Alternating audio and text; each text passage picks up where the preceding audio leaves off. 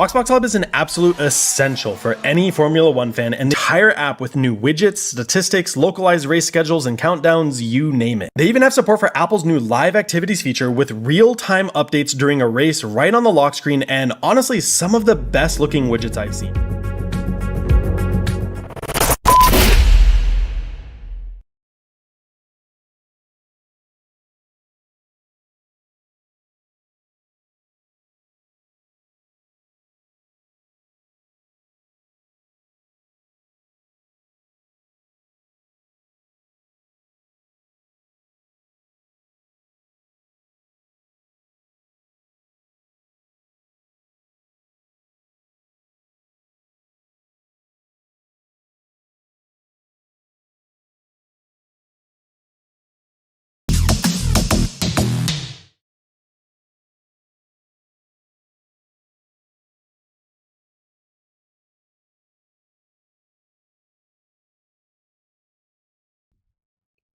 Welcome along to the 100% League, everybody. We are ready to get going here in Bahrain for the 7th round, I think it is.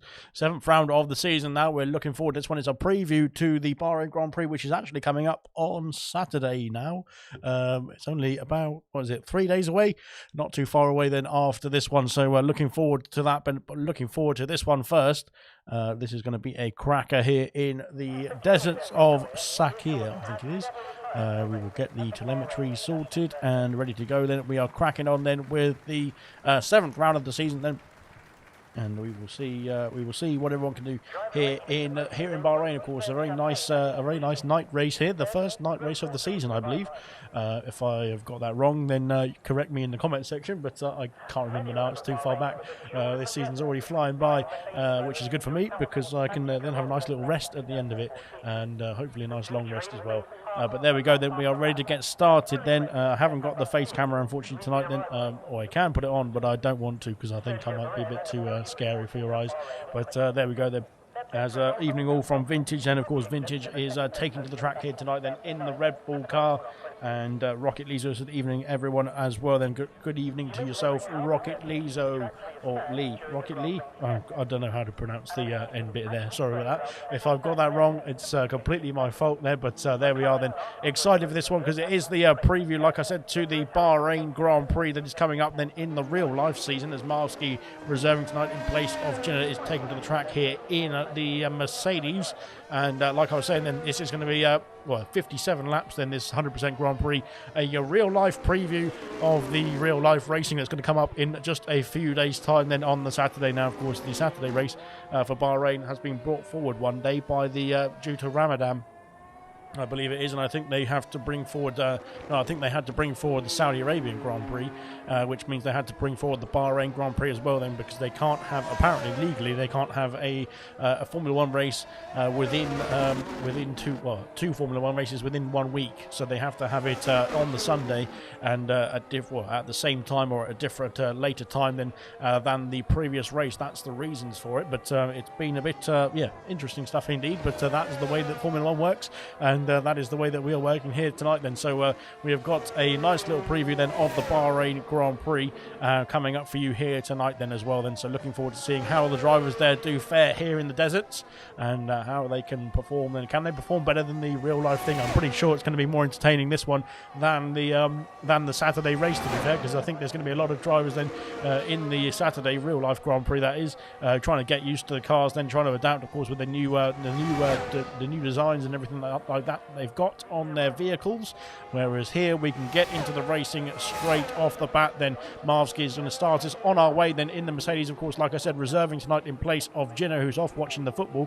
And I'm a Chelsea fan myself, so I'm happy to be commentating instead of watching the football anyway. So that is good stuff indeed then. I got it right first time, and good stuff indeed. That's the only time I've ever got anything right in the first time, so that is good stuff indeed. Marvski then coming through Sector 1 now, negotiating through turns 4 and 5, and now Purple, of course, in Sector 1. Of course, he's the only driver so far to go through Sector 1 in anger at this stage of the qualifying. 15 minutes remain then here in Bahrain for this short qualifying format before we get ourselves into the 57-lap race itself. Now into turn 10, a very tricky turn. We saw in the pre-season testing. If you didn't watch any of that, I did. I managed to sit there for a whole 7 hours and watch the whole thing one day. I think it was the first day of testing as well. Then, if you didn't watch that, it's a very easy place to lock up. Then a lot of drivers then were having a few issues into turn 10, but not so much for Marski, who's having a great time out there so far. Here into Sector 3 we go. And of course Purple in Sector 2 as well. Then this is going to be the first time on the board here tonight. Then let's see what the Mercedes driver can do in this in his first reserve appearance, the first appearance at all in the 100% league. And we will see what he can do then in the Mercedes car. Then looking very nice indeed. Of course the livery yet to change. We have had the announcement then of the F124, which is coming out at the end of May, as Marvski then does a 30.0 then to set us on our way. I think Sick as Muck then is coming out to the line as well in the Aston Martin, and he has gone into done a 30.4 then 1/10 of a second separates the two of them. Vintage is unfortunately invalidated his time, so we'll come back to Vintage. We'll have to see who's going to be next across the line. I think Kydell is not too far around. Here comes Kamara racing up to the line. It's a 30.1 then for the Alpine driver, puts himself on pole position as it stands, but only 3 drivers yet to set a time. Here comes Vesser, then 29.7, the first driver into the 29s here tonight then so far in the McLaren, and that is looking good indeed so far as well. Vintage then just getting himself back around, and Kiki just setting off on a lap as well. Then here comes Kydell shell then into the penultimate corner. Technically it's 2 corners, but I count it as 1, but it is turns 14 and 15 as on the track map, that is. Kaidel then with a 30.1 as well, the same as his teammate. Then both the Alpines then on to P2 and P3 as it stands in the moment. Then Cooper's got himself up into P4 as well. I didn't notice that, but he has got himself a time on the board. Then Kiki going through turn 10. Well, blimey, there's all sorts of action here. What's going on with the Aston Martins? And there's Kiki flying down the back straight. And I think he needs to be very careful then indeed, because there's an Aston Martin train sort of forming in front of him here, and trying to get themselves out of the way, hopefully. Kiki coming through into sector 3 now as well. Then the first Aston Martin's got out of the way. There's still one to get out of the way as well, though, and I'm not quite sure they've quite got the memo here, but there we go. Then Kiki might be getting a nice little tow here, actually, from Sick as Muck, who's giving him an indirect tow, I think, down the back straight towards the final couple of corners, and now onto the main straight itself as well. Then, as very nice stuff indeed. Then I think Kiki's going to be very happy with that. As up to the line, then Kiki goes pole position. Then with the 29.7, great stuff indeed. Then I thought he was going to be a bit distracted then by the traffic in front of him, but he got himself. They got themselves out of the way, thankfully, and got themselves through.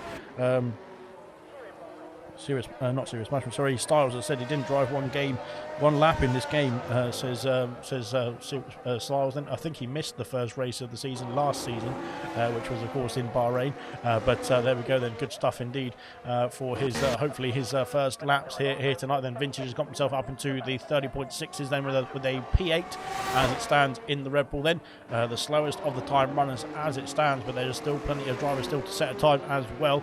Movement is on a lap, I think, then trying to get himself through then in towards turn 10, then in sector 2 now as bonjour from Gordo. Then good luck to everybody as well, then says Gordo in the McLaren. Then good stuff indeed. And moving then, I think it's going to be next across the line. I think Gordo has just started a lap as well then, but he is going through the first couple of corners. Moomin is coming through sector 2 to finish off the finish off the second sector, I should say, but it doesn't seem to be using much ERS on that car at the moment, so we'll come back to him. Percy then going through sector 1, then he's gone purple in sector 1. The AlphaTauri then probably struggle around this circuit then, as we've seen in previous circuits, but it doesn't seem to struggle in Lucas Percy's hands. Then he is flying out there and looking good indeed in the AlphaTauri as we go down towards turn 10 once again. Car number 88, I think that is. I think I've got that wrong, because I think I gave him the driver of the day on Sunday, but he was car number 21 then, so I think I've got that completely wrong then on the graphics, but there we go then, nothing changed there. Then all the graphics are usually wrong anyway, as we have to try and do the graphics at the same time pretty much then, or straight after the Grand Prix, but there we go then. Lucas Percy then coming through into sector 3 now as well, again not purple this time in sector 2 though, so that might mean there's a bit of straight line speed lacking in that AlphaTauri. Let's see what he can do then. We didn't do Bahrain last season, I'm pretty sure we did, didn't we? Okay, so Styles is confusing me. I think I'm already losing it, but there we go then. Up to the line then for Lucas Percy. What can he do here in the AlphaTauri? It's P2 with a 29.736, then only 3,300 of a second away from Kiki in pole position as it stands there. Good stuff indeed from those two. Keza is on track. He's reserving tonight in place of Gurman as well. Liam Yeh is also on track as well then, but I think we've got somebody else further forward, and it is Jay Hings then who is reserving in place of R2B, that's it, who's I think on holiday actually this week, so he's having a nice little vacation. Of course, missed the silver race, which was an absolute cracker then in Monza last Monday, or Monday just gone that is. Up to the line for Jay Hings then, puts himself P4 then with a 30.0, good stuff indeed then. On to the second row of the grid then, as it stands then, Gordo is in P10 then with a 30.4.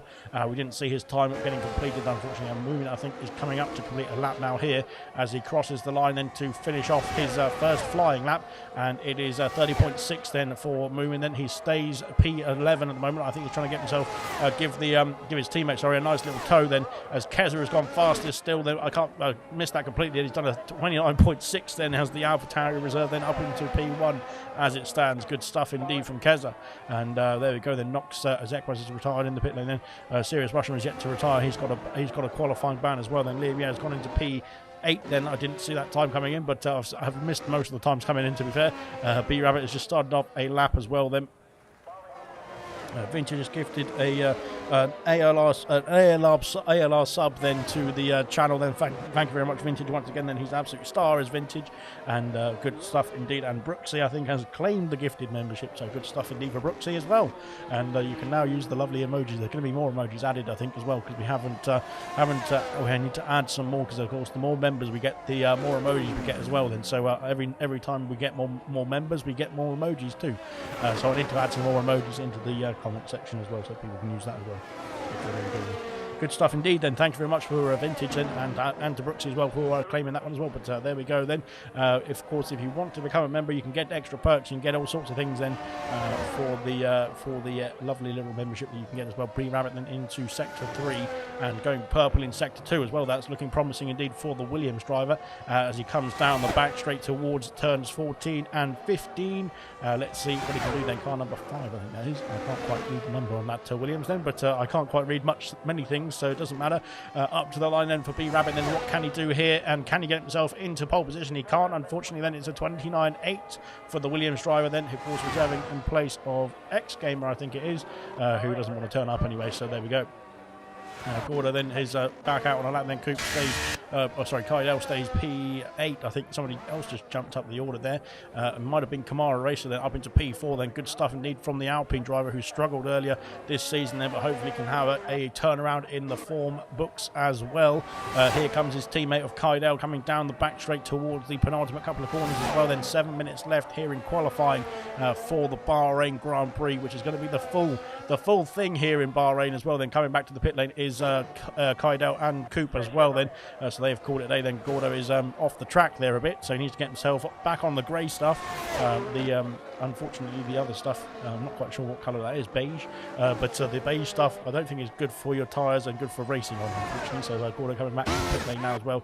He is done and dusted. Farf is just setting off on a lap as well, so he is back out on track, back underway.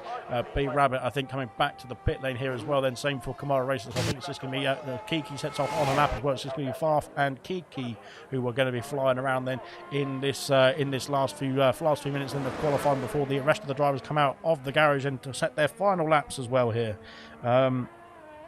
Evening Alex says Mushroom, good luck as well. Good luck to all the drivers in, and then we've got then we've got DSQ yourself, says Vintage. That's very odd. So there we go. Percy is going full cockpit cam today, so that is going to be interesting stuff indeed. I'm not quite sure if that's going to be helpful or not, to be fair. I used to race in cockpit cam a few seasons ago. It wasn't too bad, to be honest. It was actually quite it actually felt quite nice. I think it was on F122, and that was when the cars felt quite unstable, and it actually feels a lot more stable using the cockpit cam, to be fair, but I didn't want to use it too much because it wasn't great. It wasn't amazing, but it wasn't too bad at the same time. But there we are then. So here we are with Kiki. Can he improve enough then to take away that pole position from Keza? Then can he get himself back onto pole position then in the Mercedes, and he flies down the back straight once again then to finish off his second attempt, I think, here in qualifying, that is. Car number 13 rounds the final corner then. Let's see what the Mercedes driver can do.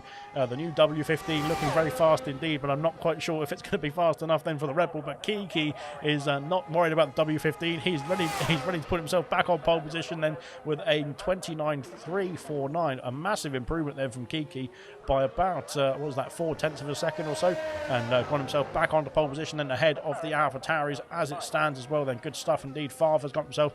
Farfer's going having a bit of a vacation there all over the circuit then, as he's got himself up into P12, and that is good enough so far then for P12 for the Haas team. Then he is the highest runner. No, he's not. Where is Jay Hings then? He's up in P7 with Jay Hings, looking good indeed in the Haas. Then Farf just trying to get himself back to the pit lane, I think, and get himself sorted. Then Sick as Muck is back out on a lap, and let's see what the Aston Martin driver can do as we go through turn 4 then, and up to the first sector line of sector 1 then. He's already gained a 0.5 of a second or so. That's good stuff indeed. But unfortunately, going a bit too wide then into turn 6 and 7, then unfortunately it's costing. Then he's going to invalidate. He's going to have to go around once again then to finish off that lap, or start off another lap, I should say. And we can crack on then with Kydell. Then Kydell is, I think, the next driver to cross the line. Maybe not. Maybe I'm wrong. Then I think there's a Haas then going through. There's a Mercedes going through. I think that's far from Kiki then to get themselves back to the pit lane. Then after their flying laps, then so Kydell will be the next driver then to get himself through the complex once again. Then the complex of corners, that is. There's 11 of them. No, there's not. There's 15 of them, I think, isn't there? I can't remember how many turns there is around here, to be fair. And there we go then. So that is that then for the qualifying so far. Marvsky back out on a lap as well. He's invalidated, unfortunately, though, so he's going to have to come back to the pit lane or restart his attempts there once again. Then Kydell coming down the back straight then to start off another lap. Then 3 minutes left here in qualifying then for the Bahrain Grand Prix.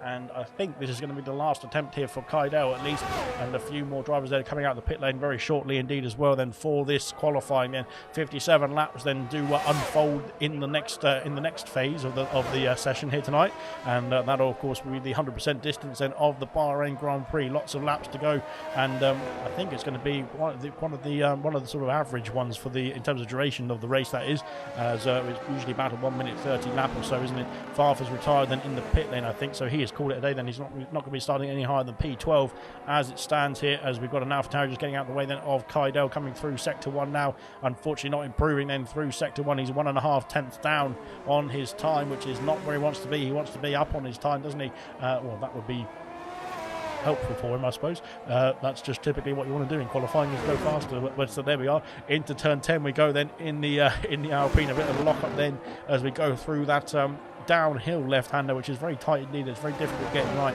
especially with without the ABS, that is. And now into turns 11 and 12 as well we go, then flying through there very quickly indeed. Then I'm not quite sure if he's still improving on his time. Let's see, as he crossing to sector 3. He has gained a lot of time then through sector 2, and now up by half a tenth then on his time. That will not improve his position, I don't think, as it stands, unless he can gain some more time then through sector 3. Down into turns 14 and 15 we go then in the Alpine. Let's see if he can get himself further up the order. Then we'll cross the line very shortly, and DRS of course enabled then as we cross the line now, and he has improved then by half a tenth of a second. Stays P8 unfortunately then for Kydell, but an improvement nonetheless as well. Good stuff indeed. We've got a Red Bull crossing the line, I think, as well. Back in the pit lane. Mercedes next to cross the line. It's Marvsky coming back into the pit lane too. Coop just starting another lap then, so he is going to be going round once again. Then B-Rabbit again on a out lap. Then we've got an AlphaTauri. Then I think it's Keza, that's Lucas Percy, that is, on an out lap then, as well as we've got, I think, Jay Hings behind him as well, trying to catch up to it. As we've got a McLaren. I think we're losing out who's doing what here, to be honest, as we go through into the final stages then of the qualifying here as well. Then I think Coop is on a lap. I'm not quite sure who's further along the lap, to be fair. It's all sorts of action here on track. They've all piled out at the same time, which is very confusing for me, but that is the way that it goes, really, doesn't it? I mean, not much is not confusing for me, put it that way. But there we go. Then Gordo then is back out on track as well. Then off he goes then down the main straight. We will come back to him. I think Liam is on a lap, is he? Yes, he is. He's a 10th up on his time. Then that would put him in the range of P8 then with Kydell. Then could overtake the Alpine driver if he can complete the lap then.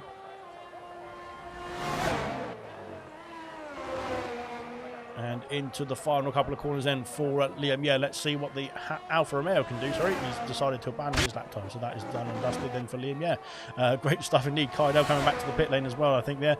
Just finishing off another attempt, I should say, then, as he crosses the line. Then comes Keza. Then can Keza take back the pole position? Not quite. He stays P2 with 29.6 as it stands at the moment. I think we've got another Williams crossing the line. I think it's Coop.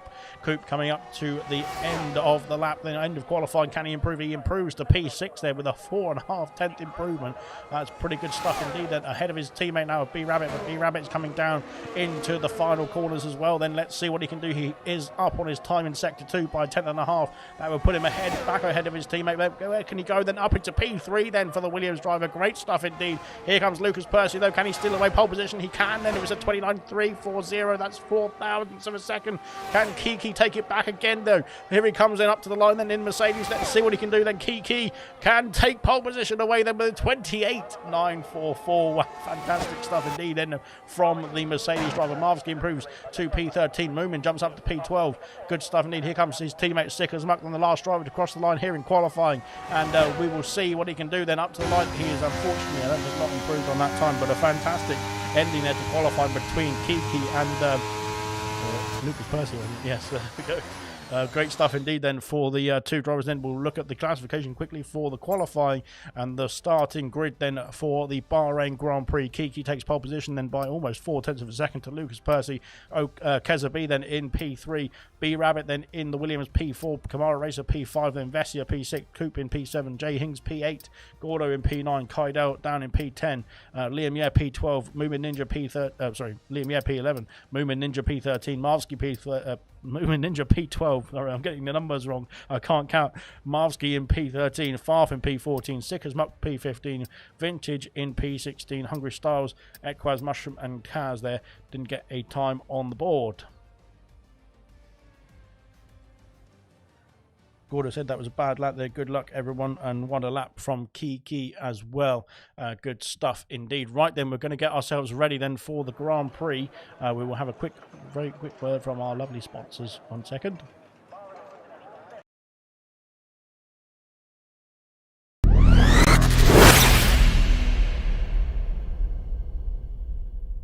BoxBox Hub is an absolute essential for any Formula One fan, and the entire app with new widgets, statistics, localized race schedules, and countdowns, you name it. They even have support for Apple's new live activities feature with real-time updates during a race right on the lock screen, and honestly, some of the best looking widgets I've seen.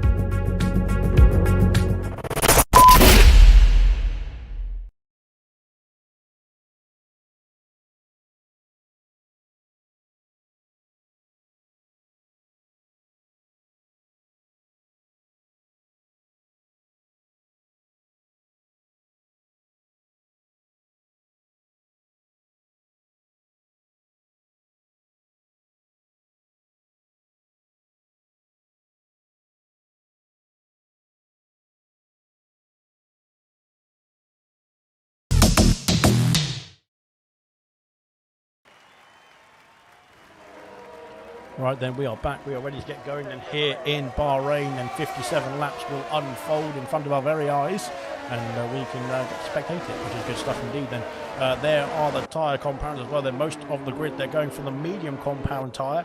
And we've got we've got two runners on the softs, two runners on the hards. It looks like then Lucas Percy in P2 opting for the hard compound tyres, and for Moving Ninja in P12 going for the hard compound. Kamara Racer then P5 on the soft compound, and Kaz as well from P20. So looking for a fast start for those two. So they will see what they can do then. And the opening stages of the Grand Prix then, Kiki leads us away then in P1. He's not too happy about pole position, I don't think. So he's going to get taken out on the first lap, he says. But we will see how it unfolds, I should say, in the first lap or two. Then 57 laps around here, so you can take it easy through the first lap, as you will not win the race on the first lap, of course, and especially not in 100% racing. That is, you can't win the race on any first lap in any Grand Prix, even a 5-lapper, I imagine. But there we go. Then Vintage has been disqualified, unfortunately, for Vintage, not having a great time on the out lap or the formation lap, I would say. But there we go then, and there we go. We're leading us through now. We've got a bit of a queue forming there behind a Haas there for some reason. Not quite sure what's going on there, but they have got themselves sorted, I think. Oh God, my voice, sorry.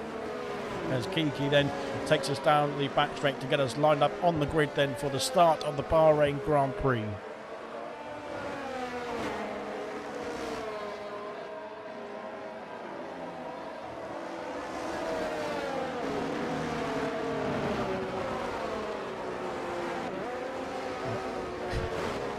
Right then, we are ready to get started then, just lining ourselves up on the grid then for the Bahrain Grand Prix, round 7 of the 100% League Season 2, and we can crack on here in the deserts then of Sakir, And looking forward to this one, and it's going to be a good start. Then Kiki has been disqualified for parking in the wrong location, which is not good stuff for the pulses. And then that will give Lucas Percy, Keza and B-Rabbit a bit of a jump then on the Mercedes driver in towards turn 1, as the rest of the drivers at the back of the field, they get themselves lined up on the grid as well. Good stuff indeed then. A few drivers then having a few issues trying to get themselves parked up in the box then, but we're just waiting for Serious Mushroom and Kaz to get themselves sorted, and we can get ourselves underway here in Bahrain, I think. I hope so. So I'm not quite sure what we're waiting for now, but we're waiting for something, and we have finished waiting, I think, now. Good stuff indeed.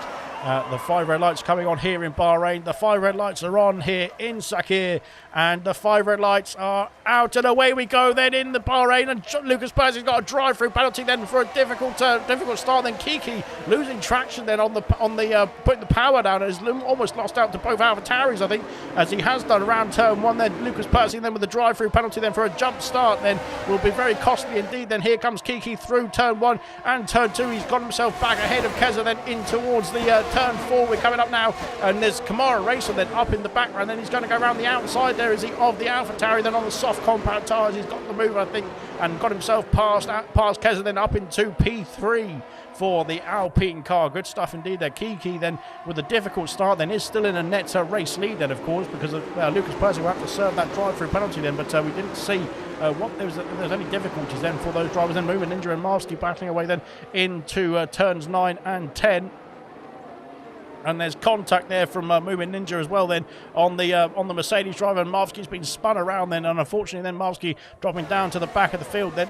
But yeah, blimey, it's been a bit of a chaotic start then. That drive-through penalty has really been a kick in the teeth then for Lucas Percy. Then Equaz has got himself past his teammate Liam Ye, then up into P11 now, as they're going to go side by side into sector 3. It looks like Liam Ye's back up ahead then of his teammate. That is Farmer's gained 4 places into the top 10 as well now for the Haas driver, I should say. Then both the Haas's in the top 10 as it stands, looking good indeed. Then Lucas Percy then is struggling out there. Unfortunately, he's going to have to serve that drive-through penalty at some stage.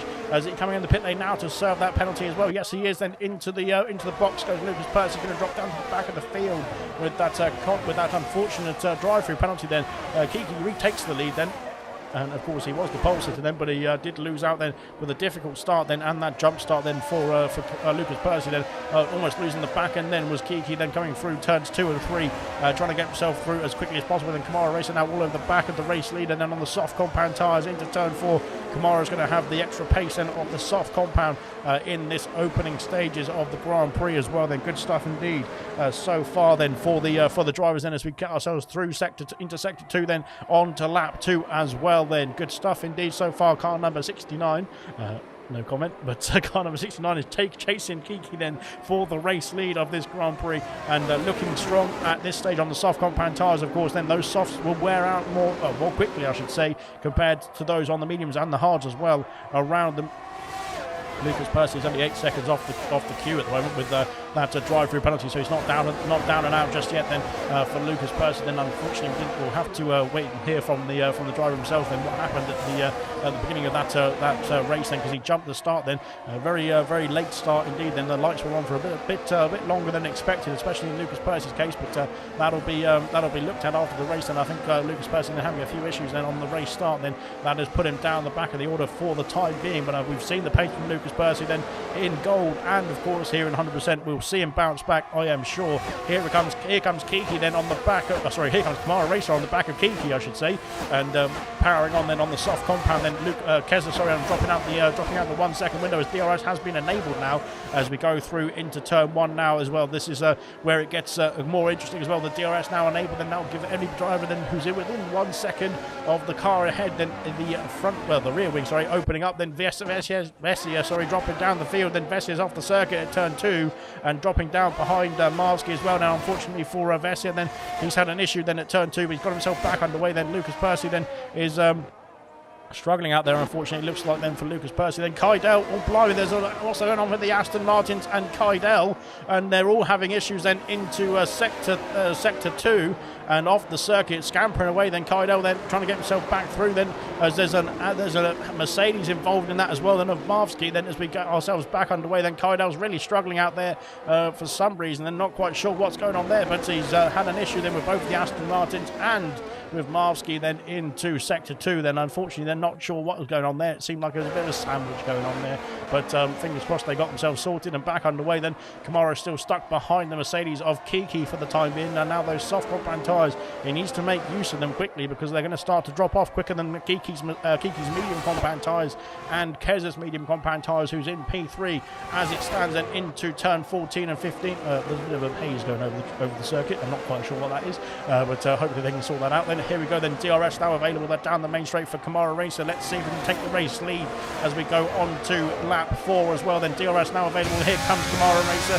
Can he make the move then into turn 1? Not quite. He stays behind the Mercedes, and he has to think about his next opportunity as well. Then into the pits comes Sick as Muck, and he's called it day then on the medium compound tyres. Not quite sure what was going on there, but he was involved with this battle with Kaidel and his teammate as Marski going down the inside then of the Alpine then into turn 1. He's got the position. I think no, Kaidel cuts back across turn 2 I should say then, and they're still going to have to fight it out then as we go down towards turn 4, go up towards turn 4 I should say. Then Sick as Muck then has got himself sorted then in the pit lane and onto a new set of tyres. Then Vessier and Marski battling away as well. Then there's all sorts of action between these three here.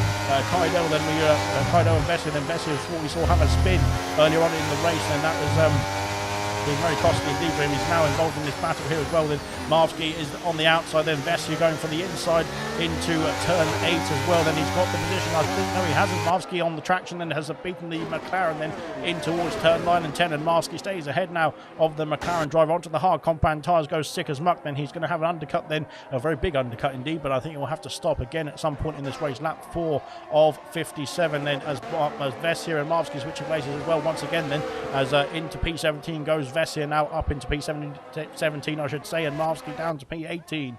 Out in front though as here we go then once again this battle resuming. Then here comes Kamara Racer then on the back of the Mercedes driver then onto the main straight once again to start off lap 5, and this time I think he's a bit closer. This time he's got the DRS, then he's got the ERS, he's got the power then, and he's got himself through then up into the race lead as well then as we go down towards turn 1 once again.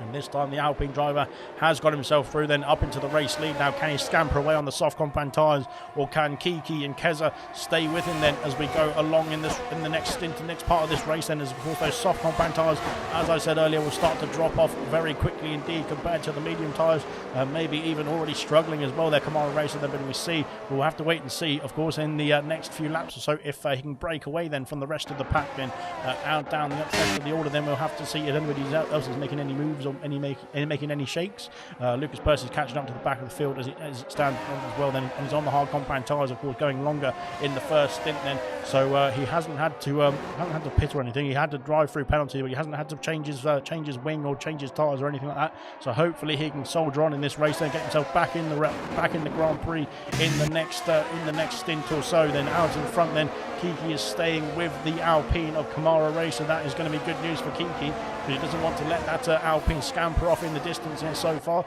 So far so good then for the Mercedes driver. Then of course he got the pole position. He reclaimed the race lead after Lucas Percy's drive through, and he is still within contention as well then.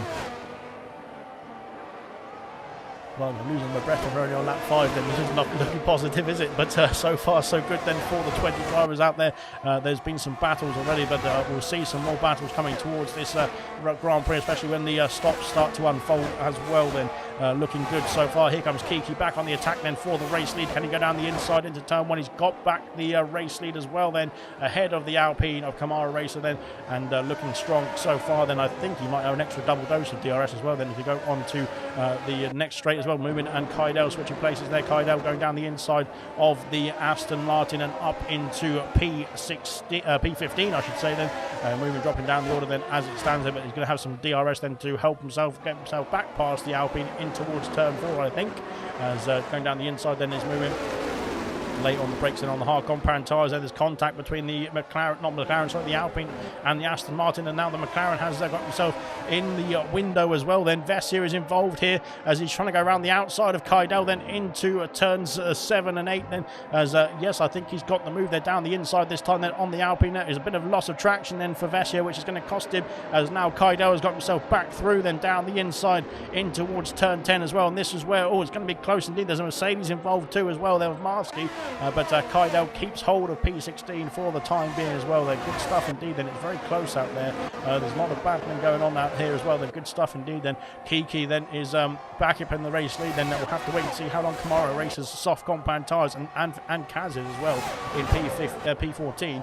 How long they're going to last then on these on those two cars, because they're the only two who started on the soft compound tyres.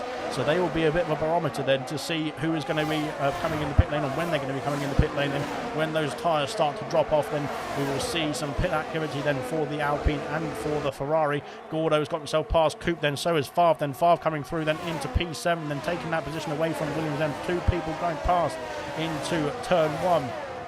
And now the Alfa Romeos then are all over the back of this battle as well then, as there's a bit of a queue forming now behind Gordo. Gordo just got himself past Coupe then, and they're behind P6 there, all the way down to P10 then. They've all got themselves in this battle here. There's a little pack forming then as we go through into turn 4 then, sector 2 once again then on to lap 7 as well. Then we're flying through and looking good indeed as well. Then Coupe has got himself Vessi has got himself past Moomin Ninja then into P16 I should say then. They're all forming a queue here as well. Lucas Percy is actually gaining on this battle as well then. He's only 2 seconds behind now, even with that drive-through penalty on lap 7. He's already caught himself up to the back of the pack almost, which is looking good indeed. Then Sickers Muck, of course, did the unscheduled stop.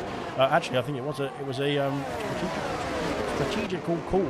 As we've got contact there from Moomin, and Marvsky's been involved as well. Then I think there's been an issue into turn 10 there, and the Aston Martin off the circuit then as well. Then I'm not quite sure what happened there between Moomin and Marvsky. I think there was a bit of contact there coming through turn 1. I think somebody locked up there as well. There's a lot of smoke then on the corner entry as well. Then unfortunately, I think that's going to be costly to Moomin and to Marvsky as well then, as they get themselves back round. Then here comes Vessier and Kydell, and these two very close together. And Lucas Percy is all over the back of the train as well now, as he is back involved now is Lucas Percy after that drive-through penalty then, and looking quick indeed then. He's already got himself back in the train. Then on to lap 8 we go, as we're watching the battle at the back of the field, to be fair, because it's been quite interesting stuff indeed. Then Favre has got himself past Gordon, then up into P6 there. Both the Hasses looking strong then at this stage of the race there. Lap 8 then of 57. Good stuff indeed so far. No changes out at the top of the order. We'll come back to the battle down this back of the field then, because this is where it's going to get interesting indeed.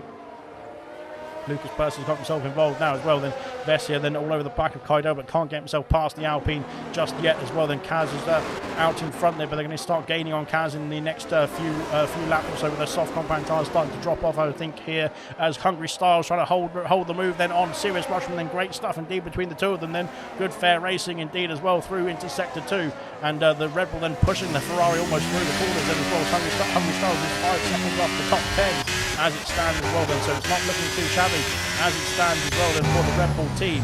And out in front there, we'll have a better camera angle than that then, thank you.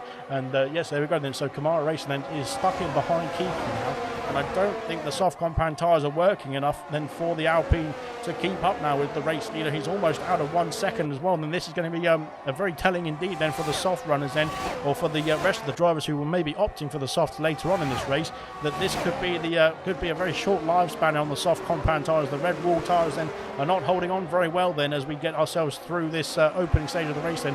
9 laps completed now, or 8 laps completed, sorry, on to lap 9, as he has got DRS there down the main straight, but he's not got enough power to get himself back in the race. Then Bree Rabbit then flashing away. Then the ERS light is flashing away. Then Cooper's been passed by Equaz now into turn 1, I think.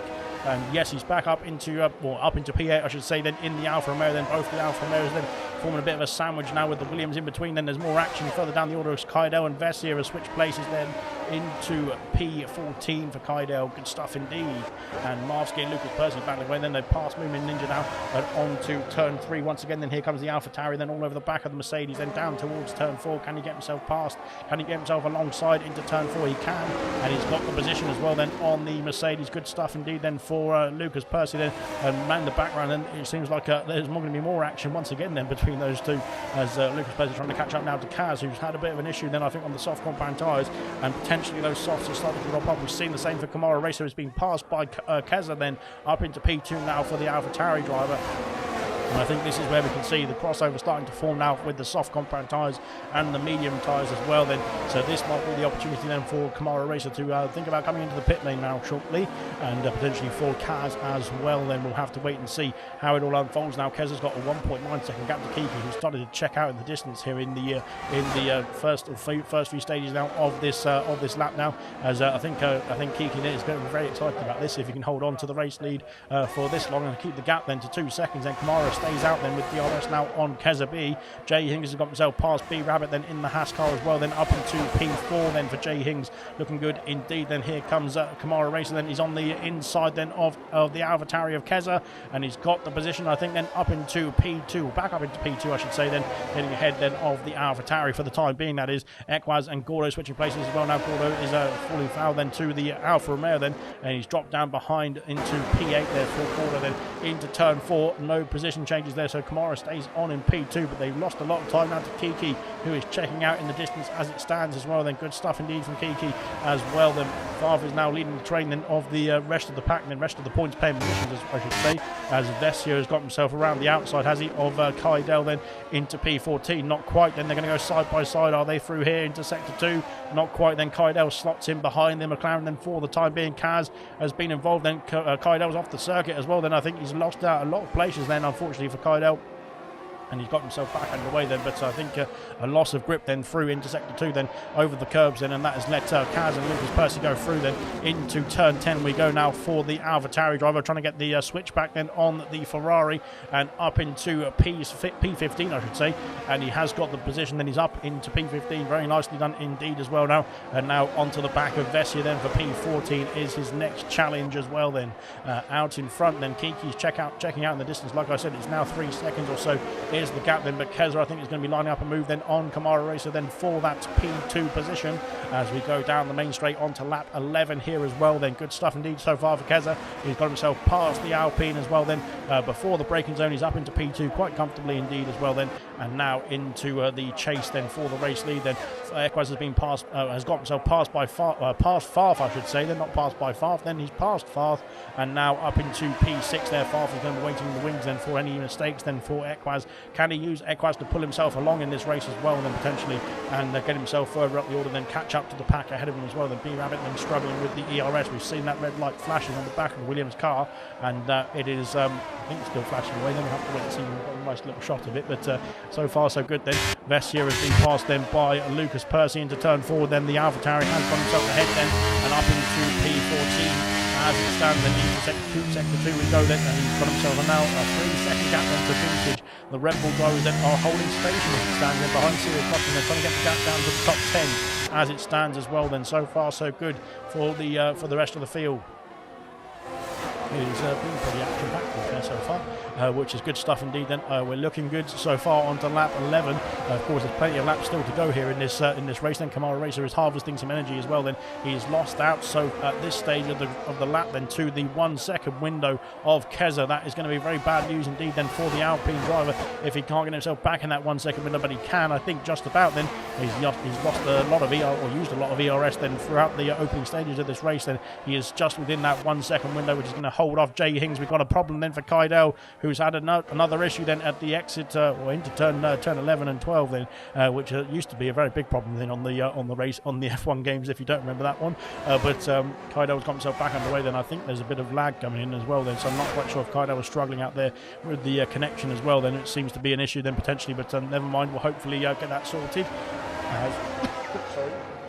Liam Bier has got himself past Gordo and up into P8 then, so now Favre's in a bit of an AlphaTauri sandwich, sorry, an Alfa Romeo sandwich I should say. Then Gordo's been passed then by the Alfa Romeos, then down to P9 for the McLaren as it stands. Then McLaren having a bit of a difficult stage of the race so far, but we'll wait and see if they can get themselves back in it in the latter stages. We've seen some good races then for the McLaren team, and we'll have to wait and see if they can muster up another challenge then in the next phase of the Grand Prix here as well. Into turns 10 we go then. Kamara still within that 1 second window of the AlphaTauri of Keza. 3.5 seconds is the gap then to the race leader. There you can see Mercedes of Kiki flying through into turn 11 now, as there is is Keza then, and Kamara Racer coming through, save for Jay Hings and B Rabbit. And Jay Hings done a great job so far then in the Haas car as well, and Favre then is still in the other Haas. He's right behind Equaz as well. Then DRS still available then to the Haas driver of Favre. Equaz then trying to close the gap then to B Rabbit. 3 seconds is the gap then between the top 5 and this train forming behind Equaz in P6. So we're having to wait and see then if they can close that gap down as well then. But we'll have to wait and see if that's going to unfold then. Where is Lucas Percy then? He's got himself the gap down. It was over 3 seconds. It's now down to 2.3 then to the Red Bull drivers.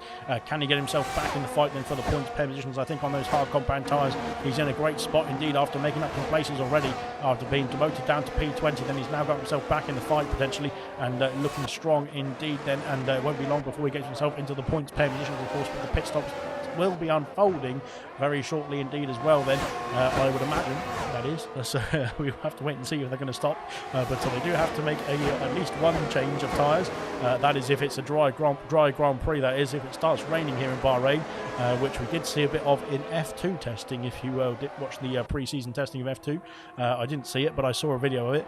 But yeah, they did start to sprinkle a bit on the pit straight then for the F2 drivers when they started their testing. Of course, that was before the F1 testing as well, so it was a few weeks ago already now.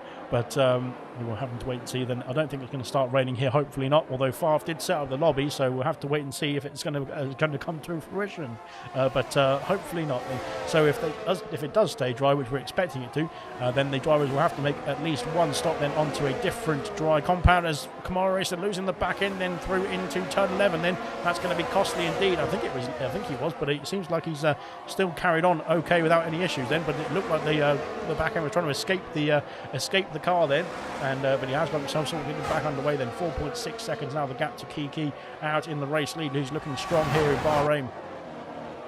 And so far so good then for the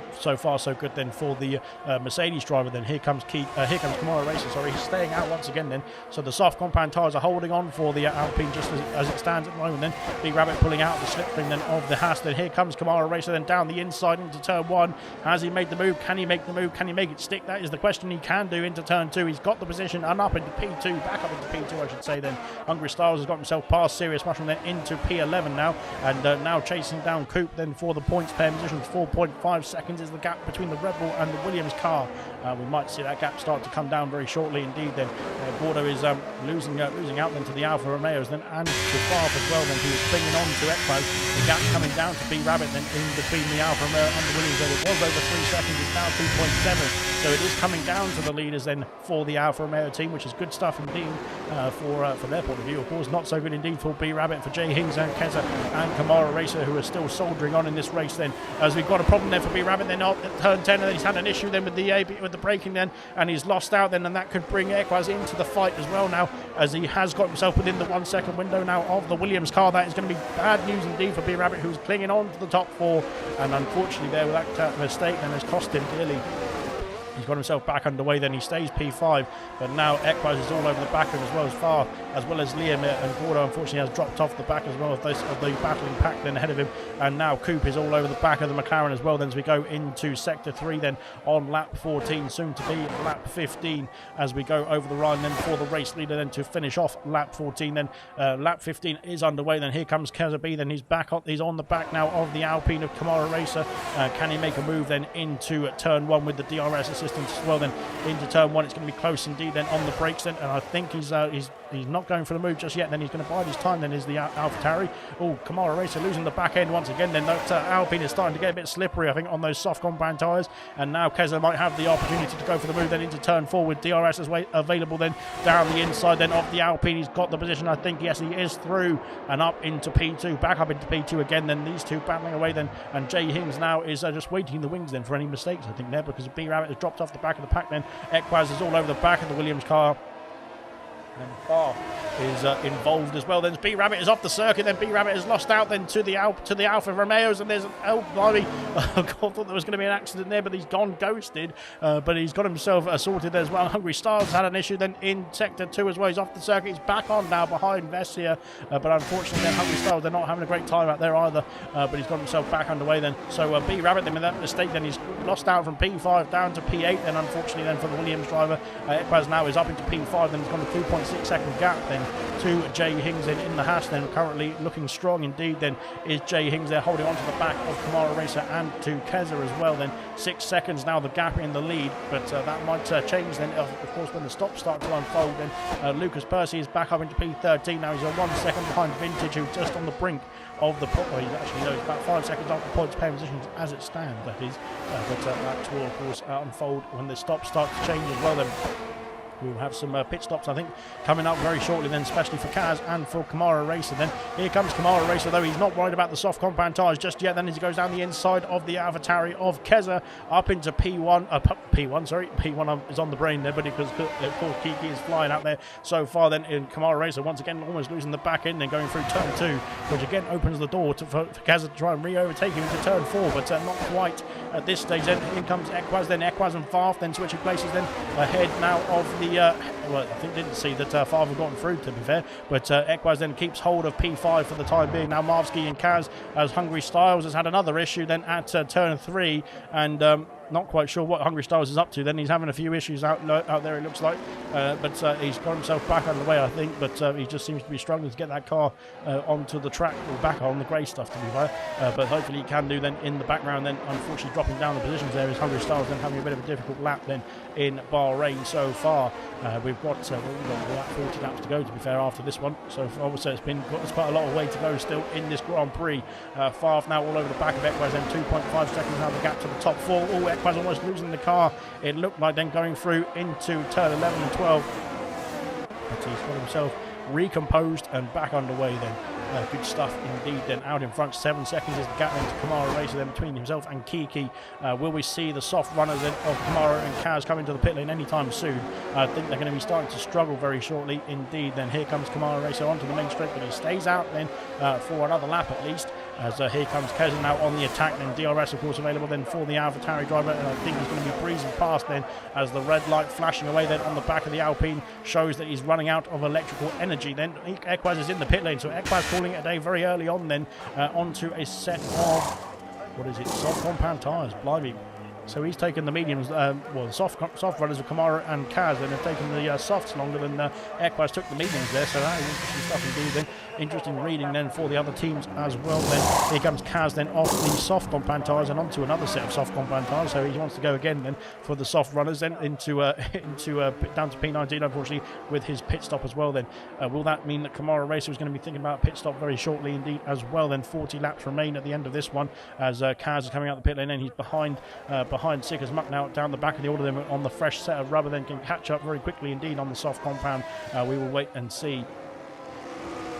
Jay Hings has had an issue then, because Jay Hings has lost out then to the top 2, or to P3 and P2 I should say then, because Kamara Racer now is still within DRS range of Keza, but Jay Hings is now 1.9 seconds behind then. His teammate Farf is up into P5 then, trying to chase down his compatriot of Jay Hings then, that is, or his teammate I should say then. Liam waiting in the wings as well then, so is B-Rabbit and Coop get to catch up then, unfortunately for the other Williams driver then, but B-Rabbit is still clinging on then after that mistake. Then he's got himself back in DRS and trying to fight on then in this Grand Prix so far then. Good stuff indeed then. Out the down the back of the order we've had Sick as Muck come in the pit lane earlier. He is now only 6 seconds off the back of the queue then, with stops still to come then. Equaz is pitted for a fresh set of soft compound tyres and is going very quickly indeed. It's looking good in purple then sector 2, and of course is going to be trying to catch up to the back of the pack then, the back of the queue as quickly as possible. Then Farf has been passed then by Liam then into turn 1 we go then, and he has got himself ahead there of the Haas driver then. A bit of a Haas sandwich now for Liam as he's between Jay Hings and Farf now.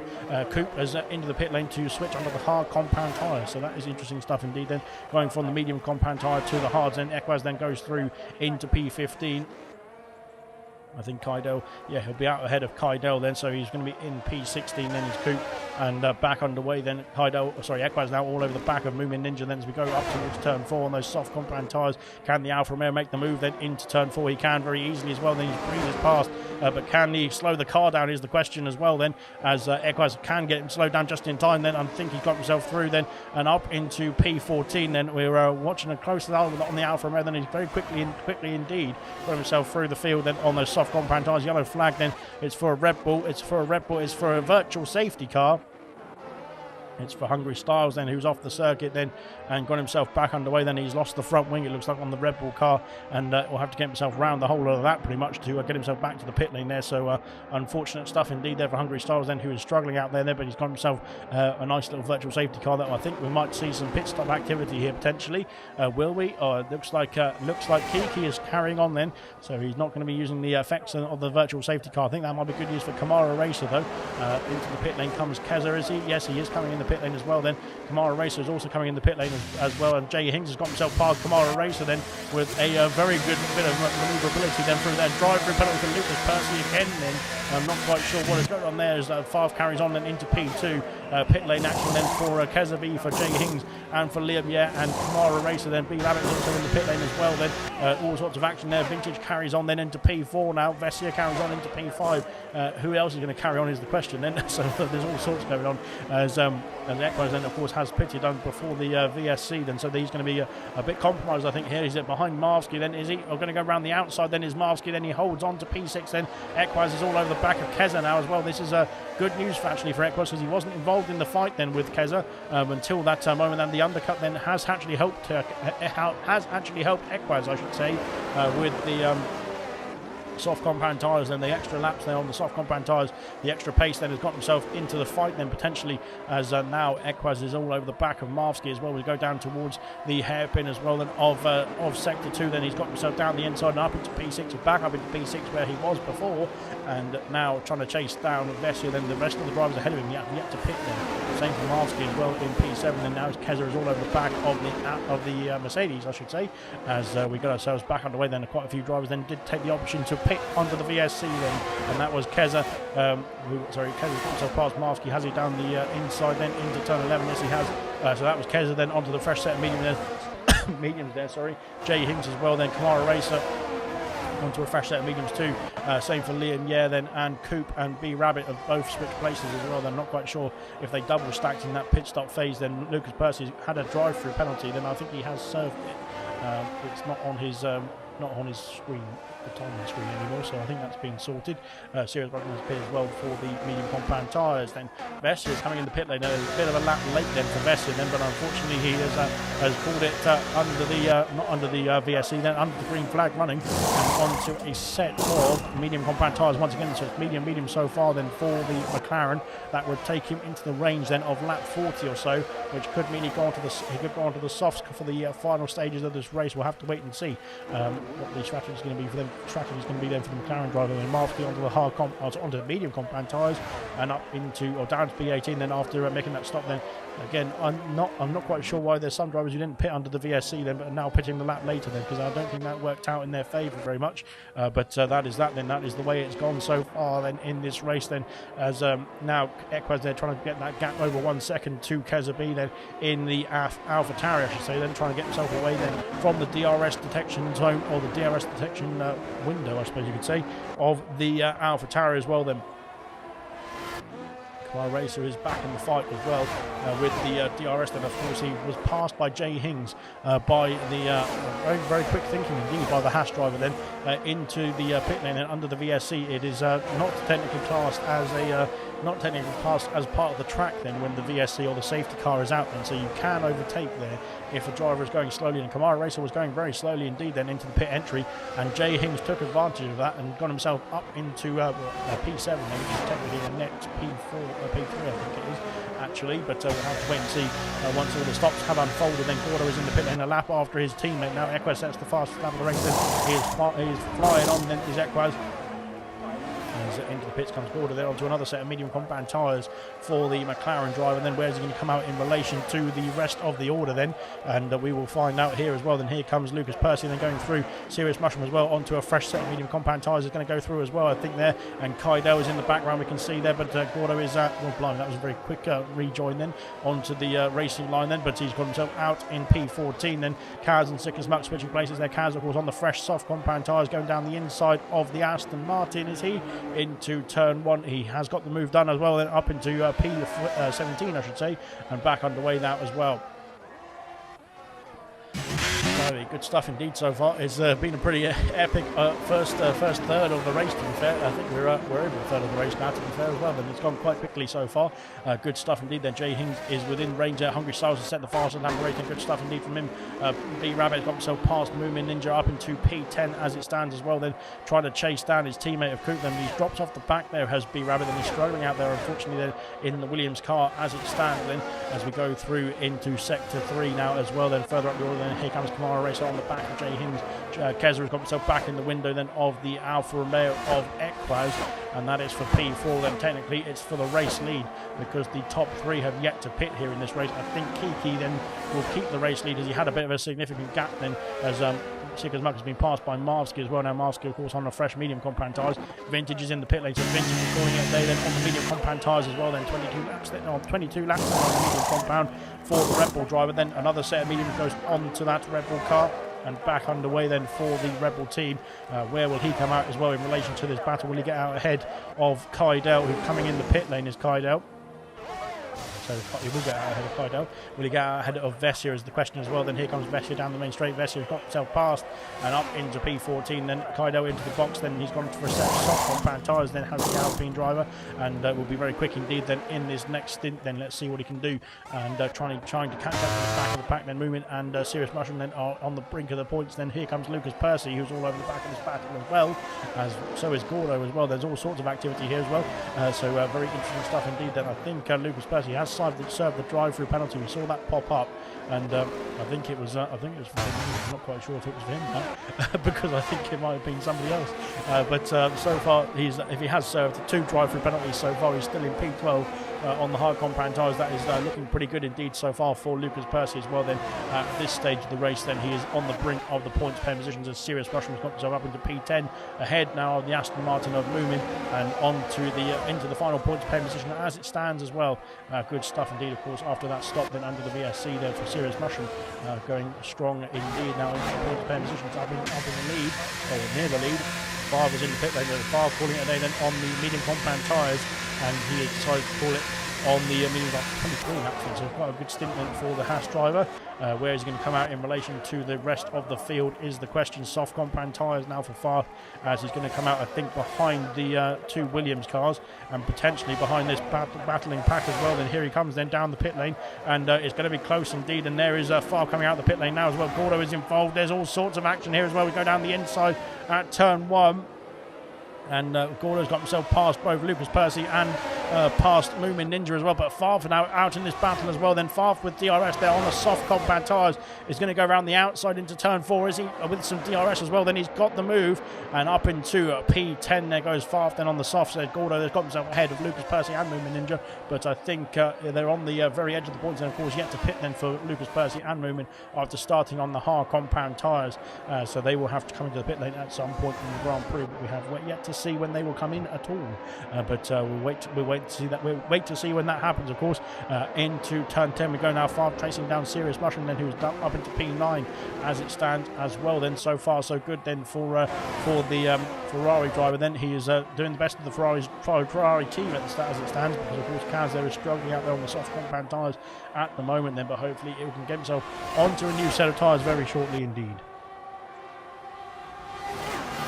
Towards the final couple of corners and to finish off lap 23, as Kiki has started off lap 24. He is yet to pit then, is the race leader. Then he has been leading the race then since lap 2, after Lucas Percy served his drive-through penalty for jumping the start then. So he's been in control then of this race so far, but he's not, I don't think he's going to be that much in control then as it stands then, because he's not going to be able to keep the race lead then when he does come into the pit then, I don't think. And he's got quite a bit of a gaggle of cars then that are going to be all over the back of him then, as he gets himself out of the pit lane as well then, because I think we've got Equaz, Keza, Jay Hings and Kamara Racer. Liam Yeo has joined the battle as well then, so all of those 5 will be right on the gearbox then of the Mercedes driver, or near enough, when he does come into the pit lane then. So here comes Lucas Percy onto a set of medium compound tyres, so he's called it a day then on the hards, and back underway then for the AlphaTauri driver. Good stuff indeed, soldiering on out there as well after the 2 drive-throughs that he's had to serve. I think he's not had a great time then with the drive-through penalties out there, but he's still getting himself back into this race, and we'll see what he can do on the medium compound tyres now as well.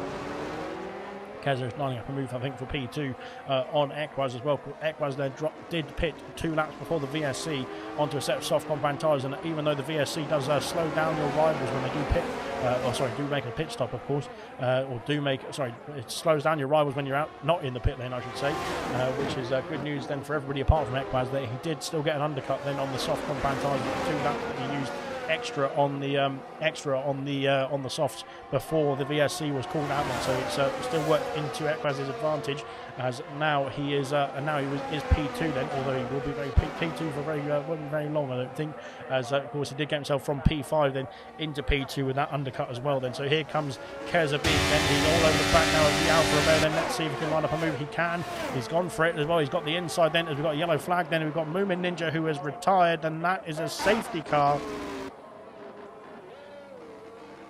on lap 25 then. Safety car is out then, so into the pits comes Gordo, I think. It seems to be in the pit lane, so there we go then, moving out of the Grand Prix then. He has had a smash then at the exit of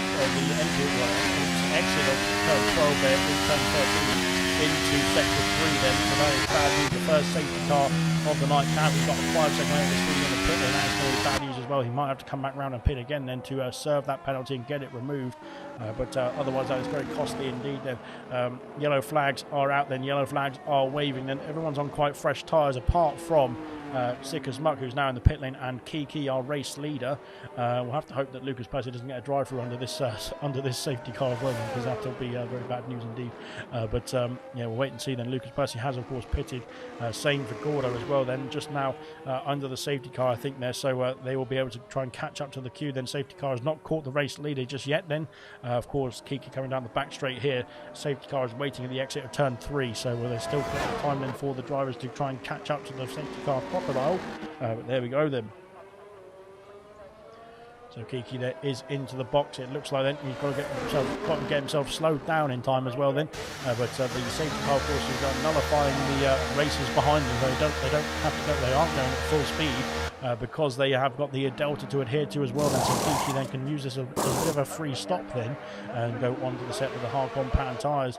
Will we see some more pit activity for the drivers behind him? Well, that is the question. They've only done 6 laps or so on their tyres as well. Then into the pit lane comes Keza, into the pit lane comes Equaz as well then, and his teammate Liam. Yeah, so they're both the Alfa Romeo double stacking there. Jay Hings, Kamara Racer carry on in this race, so they're sticking to their medium compound tyres for now.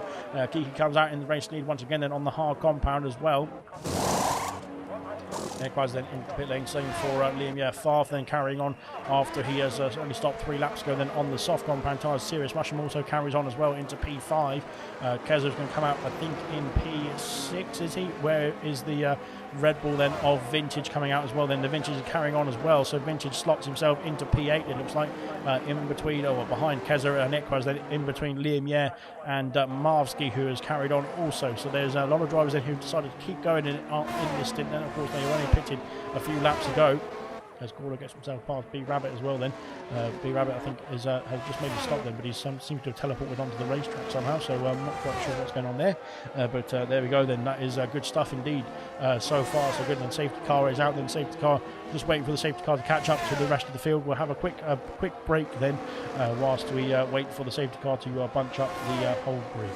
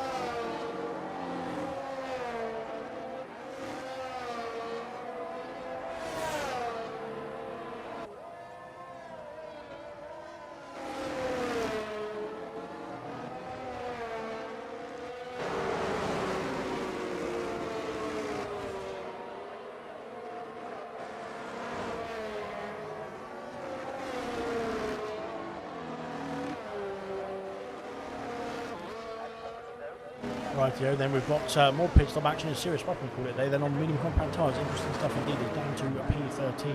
Where we come out in relation to the rest of the field, then his teammate I think might get the jump on him as well. Then safety car yet to catch up the whole of the queue. Then as we've got ourselves quite a few people then still trailing off the Crocodile just yet. But there we go. Then Serious Rushman then out of the pit lane now behind his teammate of Kaz. Laura Groves then opting for a new set of a soft compound, sorry, not soft compound, a medium compound, or something else in so I should say. But there we go. My laptop's getting a bit too warm. So there we are then. Gordo said to put a bad setup on and would be happy with points, says Gordo, who is currently on the brink of the points pair positions there onto lap 27. I think we're about at halfway distance now, as Hungry Styles then is having a few issues and trying to keep within the track limits. So interesting stuff indeed then for Hungry Styles then, but he is now at the back of the order then, waiting for him to catch up to the safety car queue. Out in front, Kiki's on the hard compound tyres, but he's on fresh hard compound tyres. Jay Hings, Kamara Racer and Favre then have not stopped, then same for Vintage in P7 and Marvsky in P9. They are on quite fresh tyres anyway, because they haven't done too many laps on them, but everybody else has pit for at least a new compound tyre then under the safety car then since it has come out then. So there we go then, we've got just Hungry Stars in the catch up with the back of the queue. I think it might be in this lap anyway. And we can get ourselves racing once again then, as there we go then, once again I think we're going to go round then waiting for Hungry Stars to catch up with the queue, to be honest. So we have to go on to lap 28 now, but there we are then.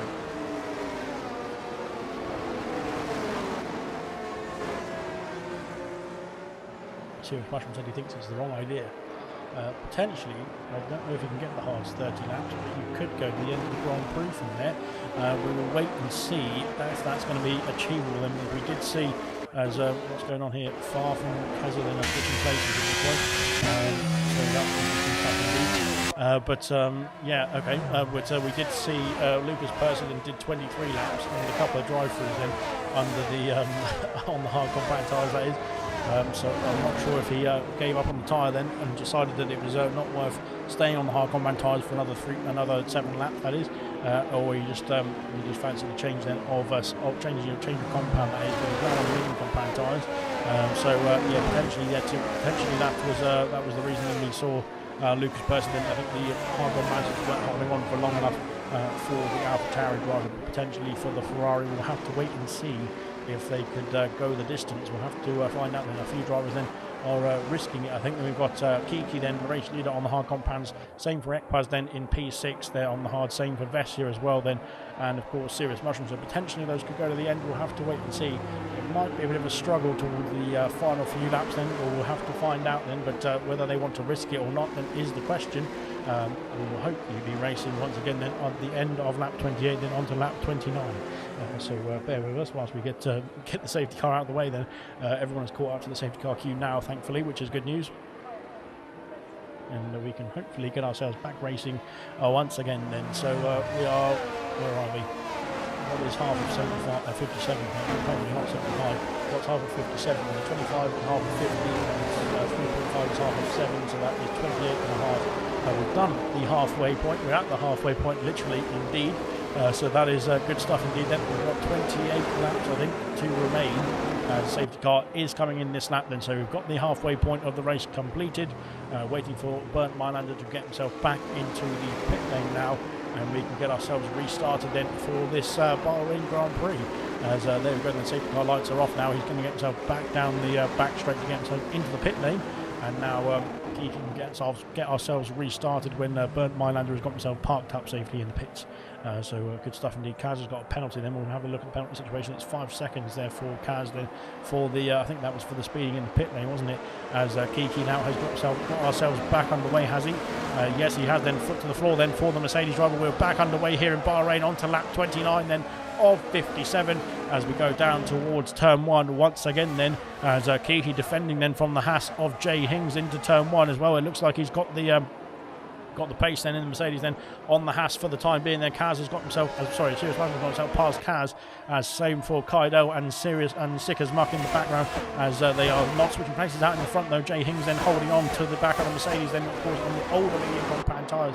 Same for Kamara Racer, then fresh air tyres for Farf and for Keza as well. Then Liam has got himself past Vintage, then Vintage of course yet to pit then, or didn't pit then under the safety car I should say. Then Marvsky now all over the back of the Red Bull driver as well. Then as we go into sector 2, Kaz and Marvsky switching places. Kaz now dropping down the field, then Hungry Styles is involved now in this battle, as they've had a bit of an issue I think, has Kaz then through the field on the restart of this lap as well. Then unfortunately for him, Sirius Russian then on the hard compound tyres, like I was saying, is potentially going to go to the end. There's contact from B Rabbit then on the back of the McLaren of Gorda then, and Lucas Percy then is almost in the back of the Williams as well, then into the middle straight. Then Cooper's got himself past Marsky, has he ran down the inside I should say. Then at turn 11 he's got himself through. Then here comes Gordo as well, then on the soft compound tyres. Marsky, I'm not sure if he's got much to battle with at this stage, because those are older medium compound tyres then compared to the fresh soft compound for Gordo on the McLaren then are not much of a contest I don't think at this stage.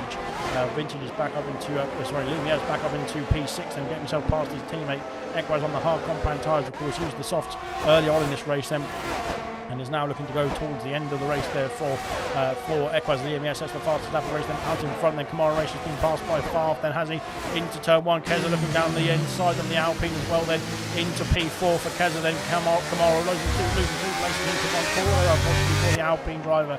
But of course he is on a different strategy compared to those on the softs around him as well. Then so that is not all doom and gloom just yet for Kamara Race. Good stuff indeed out in front. Then everyone seems to be keeping it clean so far. Then Vessia and Marvsky are switching places there. Vessia down the inside of the Mercedes driver into P13. Then Marvsky, of course, he has not pitted under the safety car, so there's a lot of drivers then that are going to come through on the Mercedes driver. Same for Vintage as well in P8. Then Liam has got himself past Kamara Racer as well on the soft compound tyres. Now Kamara's in a bit of an Alfa Romeo sandwich as we go into turn 10 once again onto lap 30 we go as well. Then I've taken my pants off, so now I'm a lot cooler in the bottom region.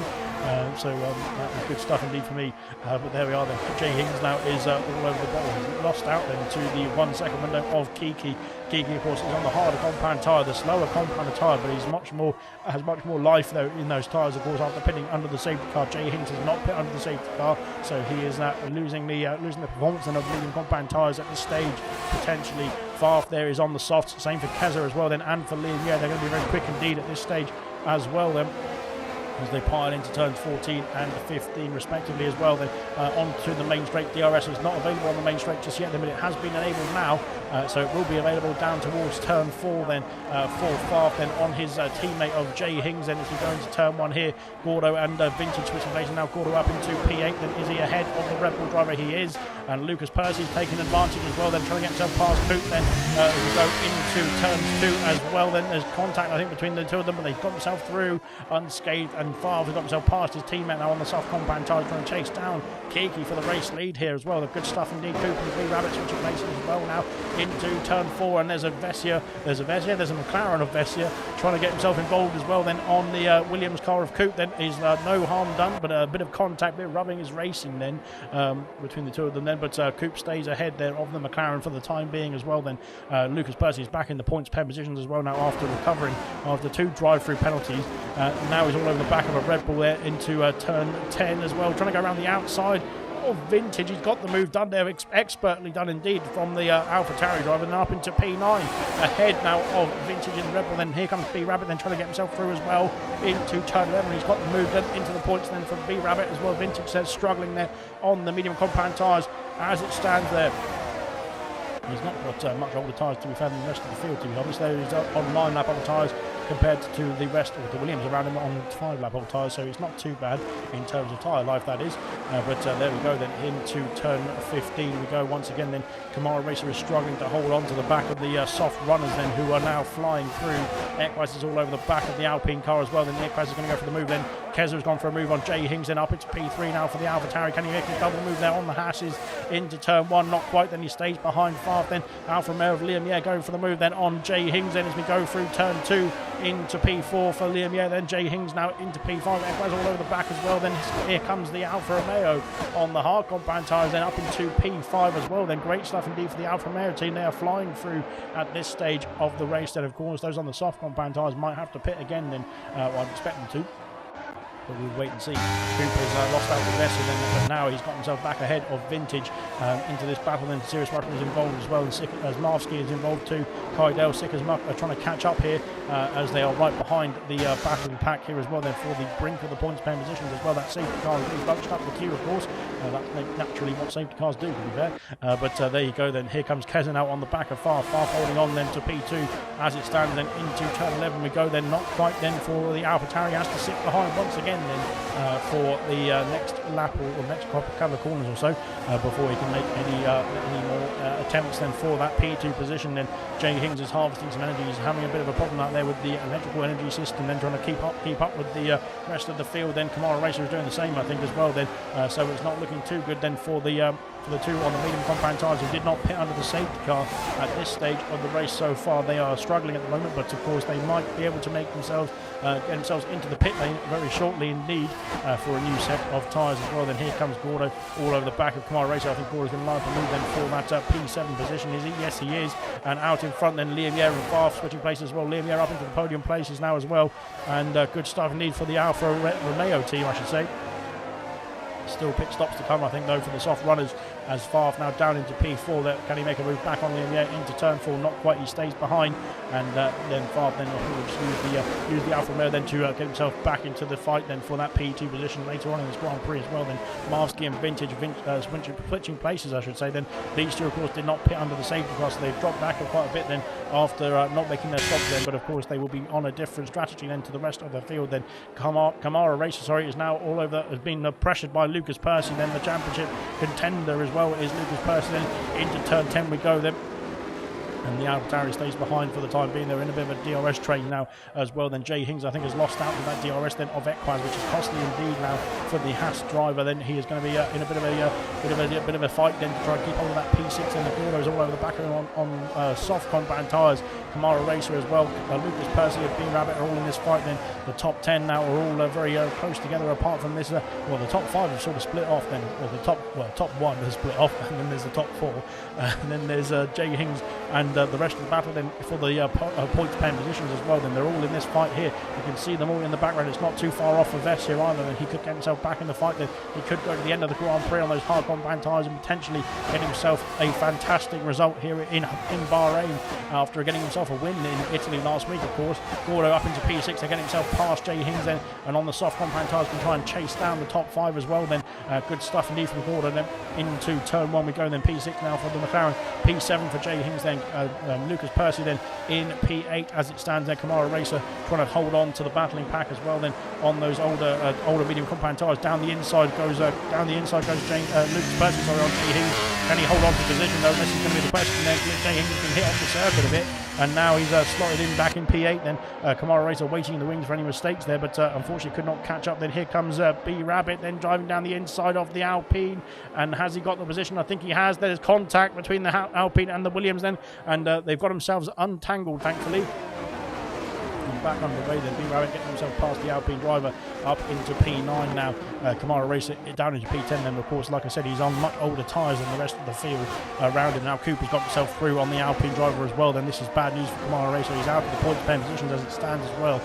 But of course, we do expect some more stops to unfold then in this Grand Prix, and that could bring Kamara Racer back up into the points paying positions. As it stands, it's he's not in the top 10 as it stands there, but of course that could change in the latter stages of this race. Of course, lap 34 then of 57, then we're almost at the 2/3 point now as well. But so far so good then for the 19 runners left in this race. Then Newman, unfortunately, it was the cause of the safety car on lap 27, I think it was. But he is unfortunately the only retirement so far in this race. Equaz gets himself past Farf now into P4. Then the hard runner of Equaz looking strong here in the latter stages of the Bahrain Grand Prix. Farf then I think will have to think about a pit stop very soon then from the soft compound tyres. There's a problem there for AlphaTauri, and Liam Yair has taken advantage then up into P2, then ahead now of Kazabi, who's dropped down. I think we had a mistake then from Keza then at the exit of turn 3, which opened the door then for Liam Yair to sneak through then up into P2. Good stuff indeed. Equaz there is waiting in the wings as well. Then Vessia's got himself past Kamara racing. Now Kamara's starting to struggle on the medium compound tyres here as well. Then I think it seems to be a bit of a difficult stage of the race then for the Alpine driver, but hopefully he can get himself onto a new set of tyres very shortly indeed. We'll wait and find out then. Equaz then is still within the DRS range of Keza just about. Then he's going to be trying to cling on to the back of that AlphaTauri. As it stands then it's going to get very tight indeed. Then Tango has said, to be fair, doesn't look doesn't help using the car as a brake. I'm not quite sure what's going on there, but okay. Cooper got himself past Jay Hings now up into P9 and looking strong indeed. Then the Cooper calls on much fresher medium compound tyres. We've seen Kamara start to struggle, and I think Jay Hings now is starting to struggle as well. Then the serious mushroom is all over the back of the Haas driver, I should say, as yeah, we can see the red light flashing on the back of the Haas car as well then, so it's not looking too rosy then for Jay Hings there, but of course we would expect him and Kamara Racer, potentially Marvsky as well, and Vintage to make some earlier stops. Then Liam Yair's got the fastest lap of the race then on to lap 36 then, and he takes that extra point, if it, as it stands that is, on to lap 36 as well then. Good stuff indeed there. Jay Hings has been passed by Serious Mushroom then, and Gordo and Lucas Percy into turn 1 and 2. Then there's close indeed then, and I thought there was going to be some more contact into turn 2, but Gordo has submitted to the AlphaTauri, I should say. That's probably the wrong word to say, but there we go then. Serious Mushroom got himself past into P10. Then Vessia and Jay Hings now in the fight as well. Vessia got through on the Haas car into turn 4 we go then, and Vessia then, Jay Hings there starting to struggle then, just like Kamara Racer then on the previous lap as well, has lost out a lot of places then as the mediums start to fall off here for the Alpine and for the Haas. But like I was saying, they could potentially, how long would the softs last? They could potentially go for a stop in the next 5 laps or so and go onto the soft compound tyres to the end of the Grand Prix, which would be good time indeed, I imagine. But blimey, who knows? I don't know what the strategy is around here, and it doesn't look like many other drivers do, to be fair. I think that safety car has really played a bit of havoc with the strategies as well. Then up into P5 goes Lucas Percy. Then he is flying through now at this stage of the race. There are 20 laps or so to go in this, 21 laps to go at the end of this lap as well. Then in this Grand Prix, there Farf then has been passed then by the AlphaTauri driver, then up into P5 then for Lucas Percy, chasing down the top 4. And blimey, he is on some great pace as well after serving 2 drive-throughs as well. If you missed the start of the race, then he has had a bit of a trying start then in this Grand Prix. Then has Lucas Percy. Then he's had a jump start for a drive-through and a drive-through under the VSC as well. Then, but he's got himself back up into P5 now. Liam Yair has been repassed by Keza now, back up into P2 for Keza. Lucas Percy and Farf. Then they're going to use changing places into turn 1. Not quite. Then Serious Mushroom now up into P9, so getting ahead of Coop into turn 1. And now in a Williams sandwich then, as it stands, then trying to chase down B-Rabbit. Then Vintage and Marvsky switching places there into turn 1. It's close between the two, and there's contact between the two of them as well as we go through into turn 2 now. The Red Bull then slots in behind. Will he have some DRS then to try and get himself back past into turn 4? I don't think so. I think Marvsky's got the DRS actually as we go into turn 4 now as well. Then good stuff indeed. So far so good then for the rest of the field. Then they're all backing away very nicely indeed, it looks like. Liam Yair is under pressure now from his, well, not under pressure I should say, but he's got his teammate for company as Lucas Percy trying to close in on that gap there. 2.5 seconds is the gap between Lucas Percy and Equaz. They're down to 2.4. Then it's coming down in Lucas Percy's favour as well. Then that's good stuff indeed. If he can hold on to that would be fantastic stuff indeed as well for Lucas Percy. If Farf can hold on to the back of Lucas Percy, that would be great stuff indeed for the Haas team, because that would be some good points indeed for Farf and for the Haas. And that is so far so good as it stands. He's still within that 1 second window of the AlphaTauri. We go into sector 3 on lap 37.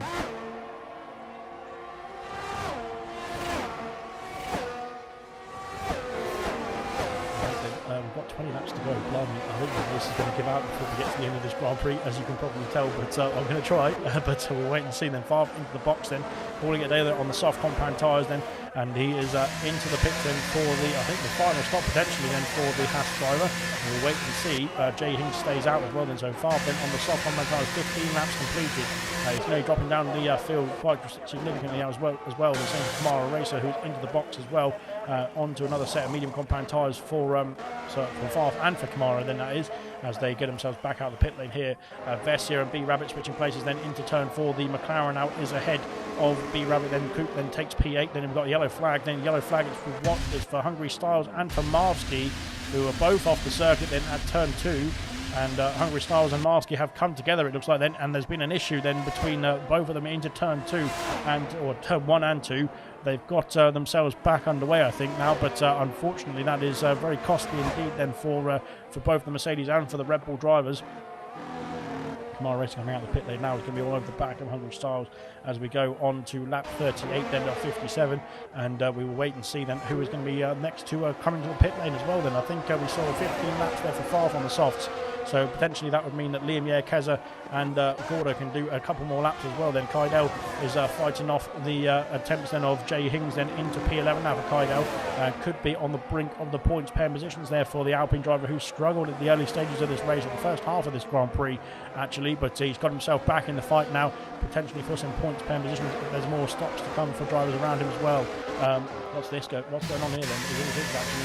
Liam Yair is in the pit lane, same for Keza as well then, so we were going to do 15 laps, we're going to do 13 laps.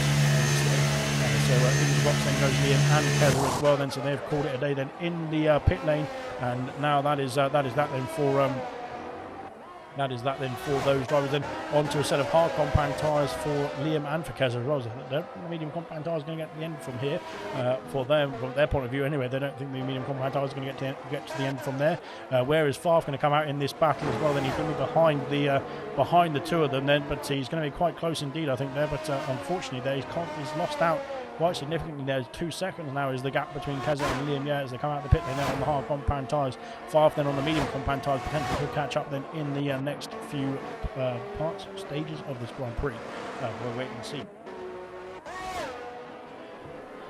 Blimey, so do we reckon the hards can do another 20 laps or 18 laps? That is going to be the question there, because that would be very good stuff indeed if they can, for Kiki, for Ekbaz and for Sirius. Bushman's got himself up into P4 now, ahead of Gordo, who's starting to struggle on the soft compound tyres as well, and potentially for Vessier as well then. Do we think those hards can get another 18 laps out of them? That would be the range of about 32 laps, I think. I can't do the maths very well in my head. Yeah, it'd be very tough stuff indeed if they can do it. Just over half the race, if they can hold on, that is. We'll have to wait and see if they're going to come into the pit lane or not, that is as well.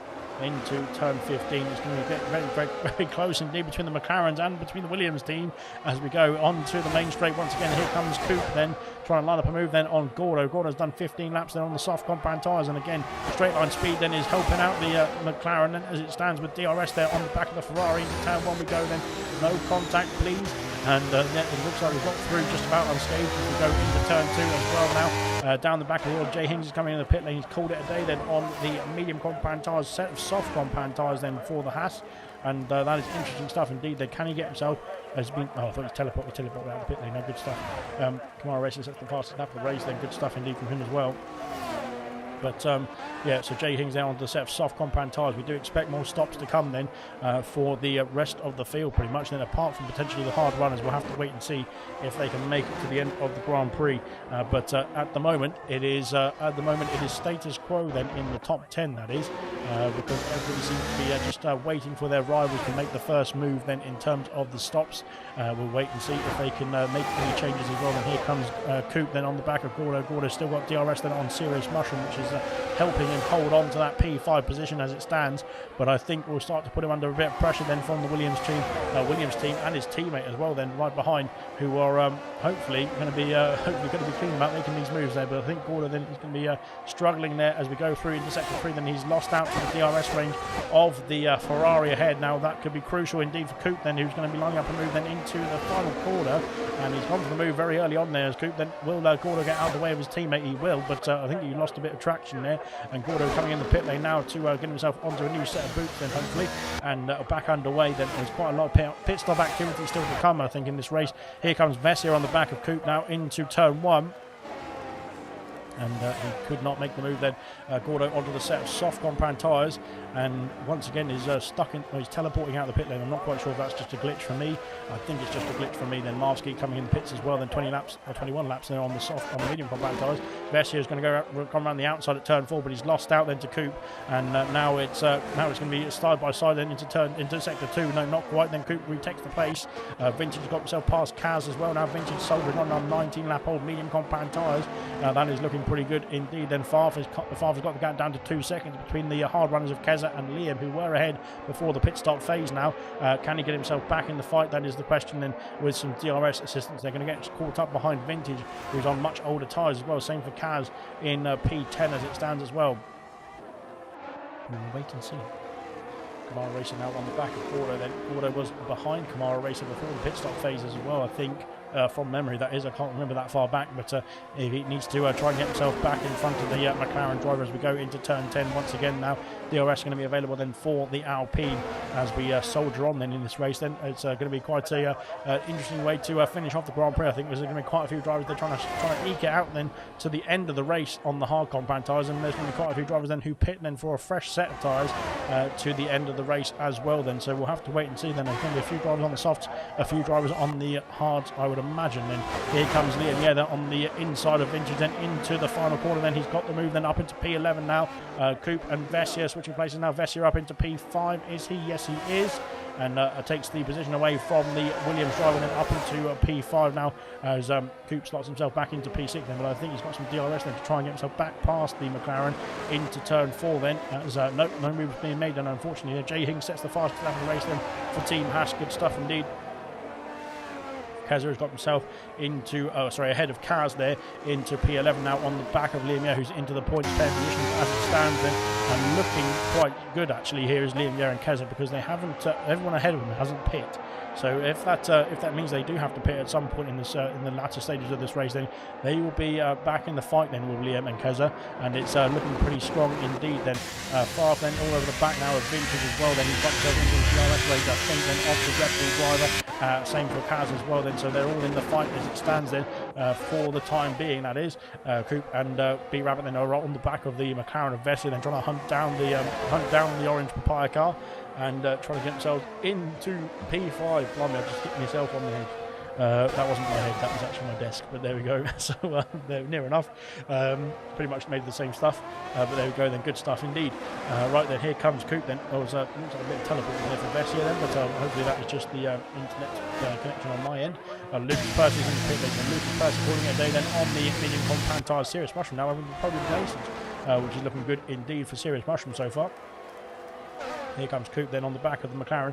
Can he make a move down the inside? He can. He's up into P4 and ahead now of the McLaren of Vessia. Then Vessia looking to go for a switchback then into turn 2 and 3, and then with the DRS trying to get himself back past him. He's alongside already then with the DRS. Great exit then from Vessia up into P4 then in the McLaren. Good stuff indeed, and repasses the Williams there back up into P4 then. Down the order we've had more action. I think they're sick as much as being passed then by Liam Yer, and now here comes Keza as well then down the inside of turn 4. Up into P9, then Favre's got himself past Kaz there into turn 4 as well. Then Favre now on the brink of the points pair positions. There's lots of pit stop activity still to come, I think, here. Vintage coming out the pit lane ahead of Marski now. And he is ahead of Marski, who's had a bit of a problem there through turn 1, but he's got himself back on the way. 3 second penalty for B Rabbit. That's going to be very costly indeed then for the Williams driver, who's lost out to his teammate of Coop. Then Coop now is struggling to keep up with the back of on the back of Vessia as well. Then medium compound tyres then for the Williams team seem to be dropping off here, which could be very compromising indeed then in the latter stages of this race. Then 5 seconds is the gap between Equaz and the race lead, and 5 seconds is the gap between Serious Mushroom and P2 as it stands. Then Lucas Percy's got himself past Kaz there into P12 then. The fresh soft compound tyres then will be much better than those around him, apart from maybe Favre and Keza and Liam, who are on much fresher tyres as well then, but he could get himself back into the points position very quickly indeed then for the AlphaTauri driver and the AlphaTauri team. Then both the AlphaTauri could be back in the points positions very quickly indeed, and it could be very close indeed as well then. Good stuff from Lucas Percy then after those 2 drive-throughs as well. Then it was really just quite difficult stuff indeed then. The first half of the race then for Lucas Percy, trying to battle back as well then, but he's got himself onto the brink then of the points pen. Here comes Favre, who's all over the back of Favre already actually quite quickly indeed. for the AlphaTauri. That is no mean feat indeed as well.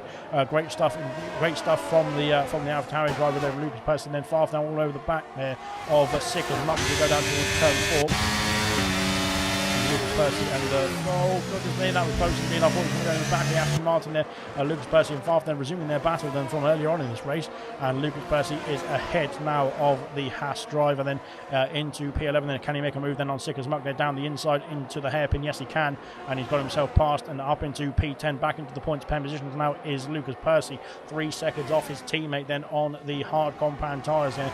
Will the softs hold on for the rest of this race? They can he get himself back in the fight then for the points pen positions as well. Then here comes Farf then all over the back of Sick as Muck 2, Sick as Muck 2 as well, also I would say not 2, into all the Donners. There's contact there from Farf and he just drove into the back of the Aston Martin there, and yeah, not quite sure what was going on there for Farf. Then yellow flags then for Red Bull. Then it's Hungry Styles who dropped down behind Marvsky as well, now back underway then for Hungry Styles as well. Then good stuff indeed. B-Rabbit's back in range now of his teammate. Seems like Cooper's had an issue then somewhere, because Vessier has got himself away there from the Williams driver as well. Then B-Rabbit now back into the range then of the DRS range, that is, of his teammate, into of Coop, that is.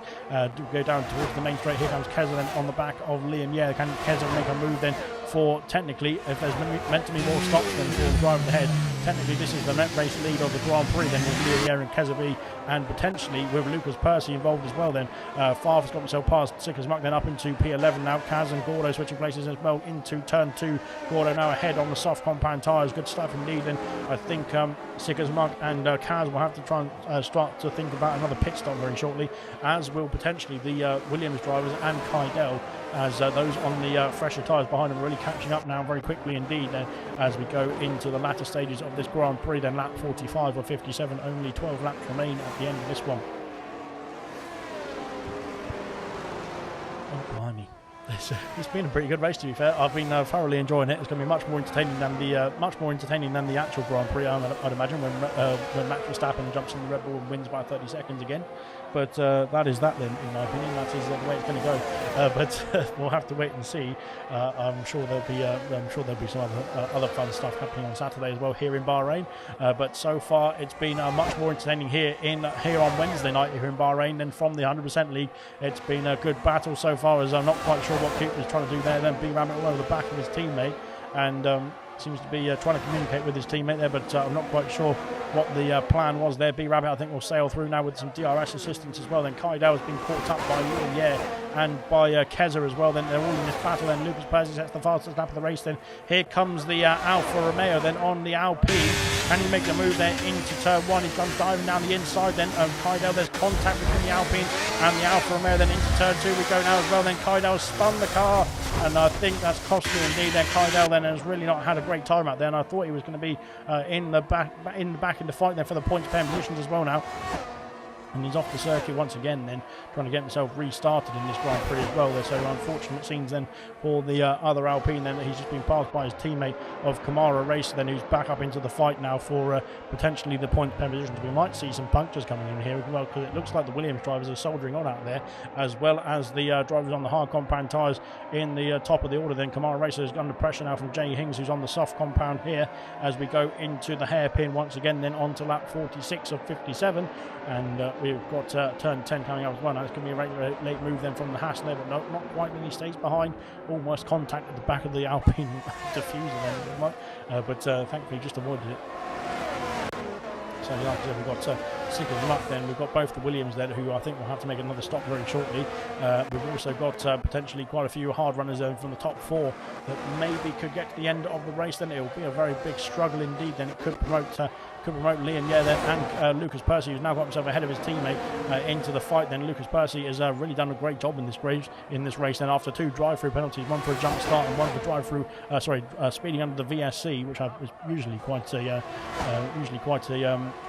silly penalty penalty then that usually pops up from the game, but nonetheless it is being dealt with then from Lucas Percy's point of view. Then he is now up into P7 and ahead of his rivals then of Liam Yeh and his teammate of Kezabi. Then Gordo's got himself past Sick as Muck now. Jay Hings has passed Kamara Racer as well then into turn 1. So like I said, these battles are starting to unfold here as well, and like I said, I think the older tyres then are really going to start to struggle here, and they will start to lose out massively then compared to the rest of the drivers then who picked for fresh soft compound or fresh medium compounds in previously. Liam Yeh and Kessler opted to go for fresh hard compound tyres, so they will be very easy to get to the end of the Grand Prix from here. I don't think they'll have any problems at all, but we will wait and see who is going to do what then, because I think the Williams drivers seem to be soldering on up there, which is going to be, if they can do 30 laps then on the medium compound tyres, that is going to be incredible stuff indeed, I have to admit. I'll take my hat off to the Williams team. But so far they are now under pressure, I think, from Lucas Percy, who is now within almost within the 1 second window then of DRS. Then after having a very horrible start to the race, he has got himself in contention then potentially for another podium as well here, potentially even for the race win.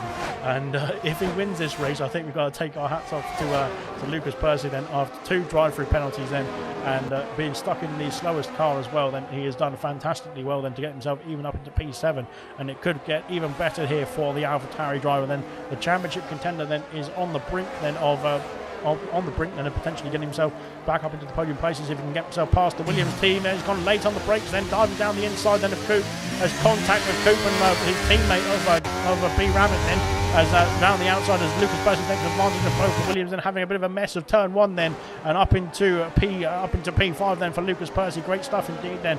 Coop struggling there out on track then, I think in contact with B Rabbit then, that cost them both, and unfortunately Lucas Percy then was very happy with that one. Lucas Percy, he was going to take that not lying down, then he was flying through in that third word, but yeah, great stuff indeed from Lucas Percy, and he's got himself up into P5 now as well, chasing down Vess here as well. He's already out of the 1 second window of the Williams battling pack behind him as well then, so that is great news indeed for Lucas Percy. He's got himself past Liam Yeh and past Keza now, and now he's onto the fight then for P4 already. Liam Yeh's got himself past B Rabbit then in down the inside into turn 11. He's got the move there up into P7 now for Liam Yeh, and now onto the next Williams as well then. Those Williams now starting to struggle, I think, out there. Sick as Muck has been passed by Jay Hings, now up into P12 then for Jay Hings.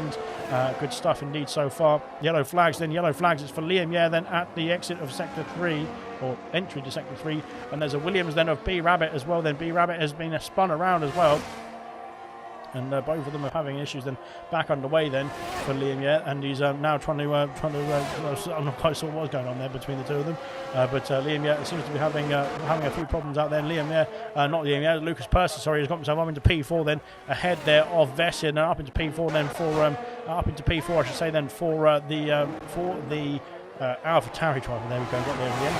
Liam Yeh's back up into the points pen positions now. Of course, Jay Hings is in the fight then with B Rabbit then as well. Round the outside goes the Williams car, but he's off the circuit then, and there's an Aston Martin involved in this as well then. B Rabbit struggling on those medium compound tyres. Then the Alpine of Kamara Racer is on much pressure tyres as well. He's going to go around the outside of turn 4 as he's going to late on the brakes then for the Alpine, then into turn 4. He gets the move there ahead into P13. Good stuff indeed. And Liam Yeh now is back up in the fight then, I think, this for the points pen positions, but I think he was where was he? He was within range of Keza, wasn't he, as well then? So Keza now is up into P7 there after that incident.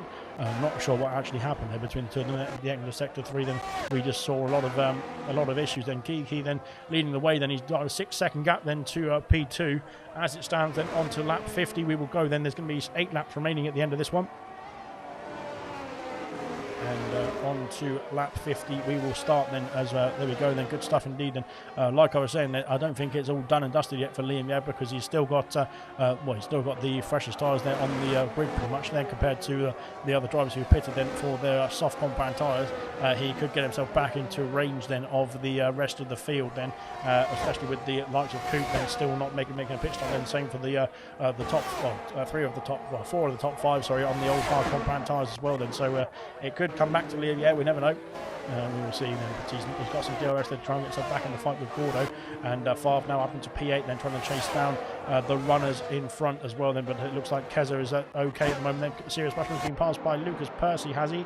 And up into P3 then for Lucas Percy. That is fantastic stuff indeed from Lucas Percy, a redemption race, and he's back up into the podium places as well then. Great stuff indeed for Lucas Percy then. Fantastic as Vintage and Marvsky are switching places. Then Marvsky has lost out then to the Red Bull driver of Vintage, then up into P17 goes Vintage. Good stuff indeed then. Kydell soldering on, same for Kaz, same for Brabbit, same for Sick as Much then, all on old medium compound tyres. I'm not quite sure why they haven't pitted a few laps earlier then, because they could have at least used the soft compound tyres to their advantage then in this Grand Prix. But it looks like they are soldering on to the end, which will be very fantastic stuff if they can make it, that is, because it's going to be very difficult stuff indeed as well, especially with the tyre life at the end of the race at this stage. Keza now all over the back of Coop then for P6 then, and looks like they are all over the back of Vess here as well then, as we go into sector 3 once again on lap 50 of 57. They're down towards the penultimate turns then, as Marvsky's back ahead then of Vintage, then down the back straight, down the middle straight I should say, then into P17 goes the Mercedes, then ahead now of the Red Bull driver. Good stuff indeed then. Here comes Liam Yeh then on the back of corner, then down towards the final couple of corners as well then. Liam Yeh lining up a move then for P9. Keza has been passed, has got himself past, past the Williams of Coop, then up into P6 then.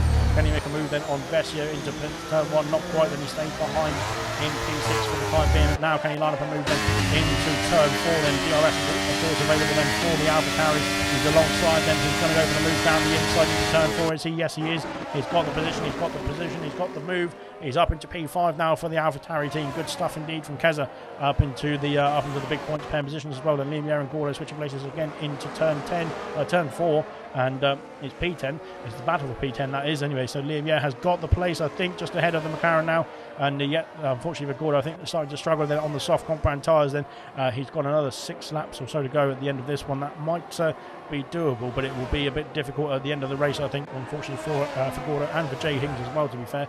So they might play into the hands then of Kamara Racer, who is not out of the running there for the points paying positions as it stands, or just yet I should say.